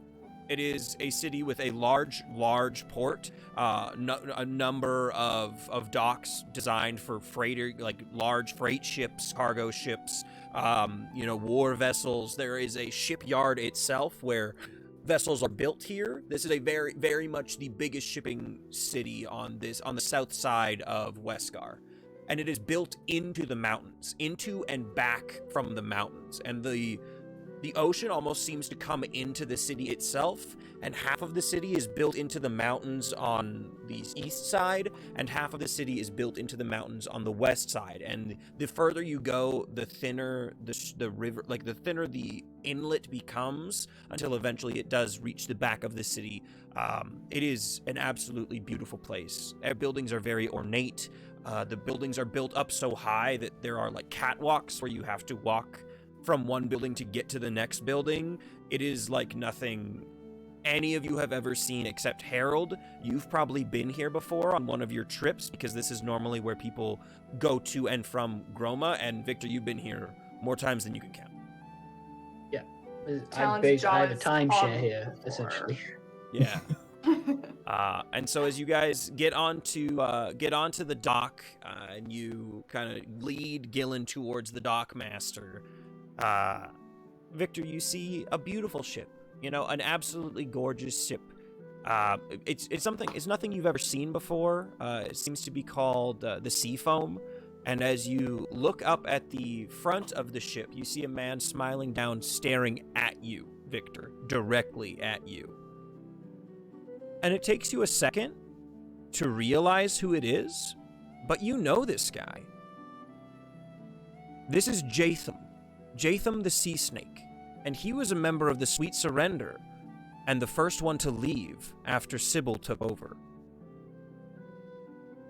He left with Ulfgar? No, with He did not. Ungar? He left after. He left about a month after working for Sybil, deciding that was not the life for him. And you said his name was Jatham. Jason? Jatham. With a TH. Jatham. Jatham. Like Jathan with a lisp.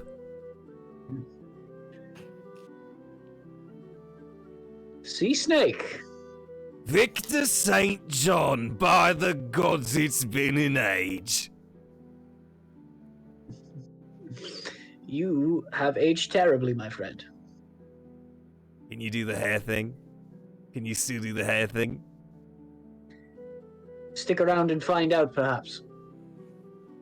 Very good. Want to buy me a drink? I would love if you would buy me a drink. Thank you for offering. And you can see him climbing off the boat. And that is where we're going to end this session.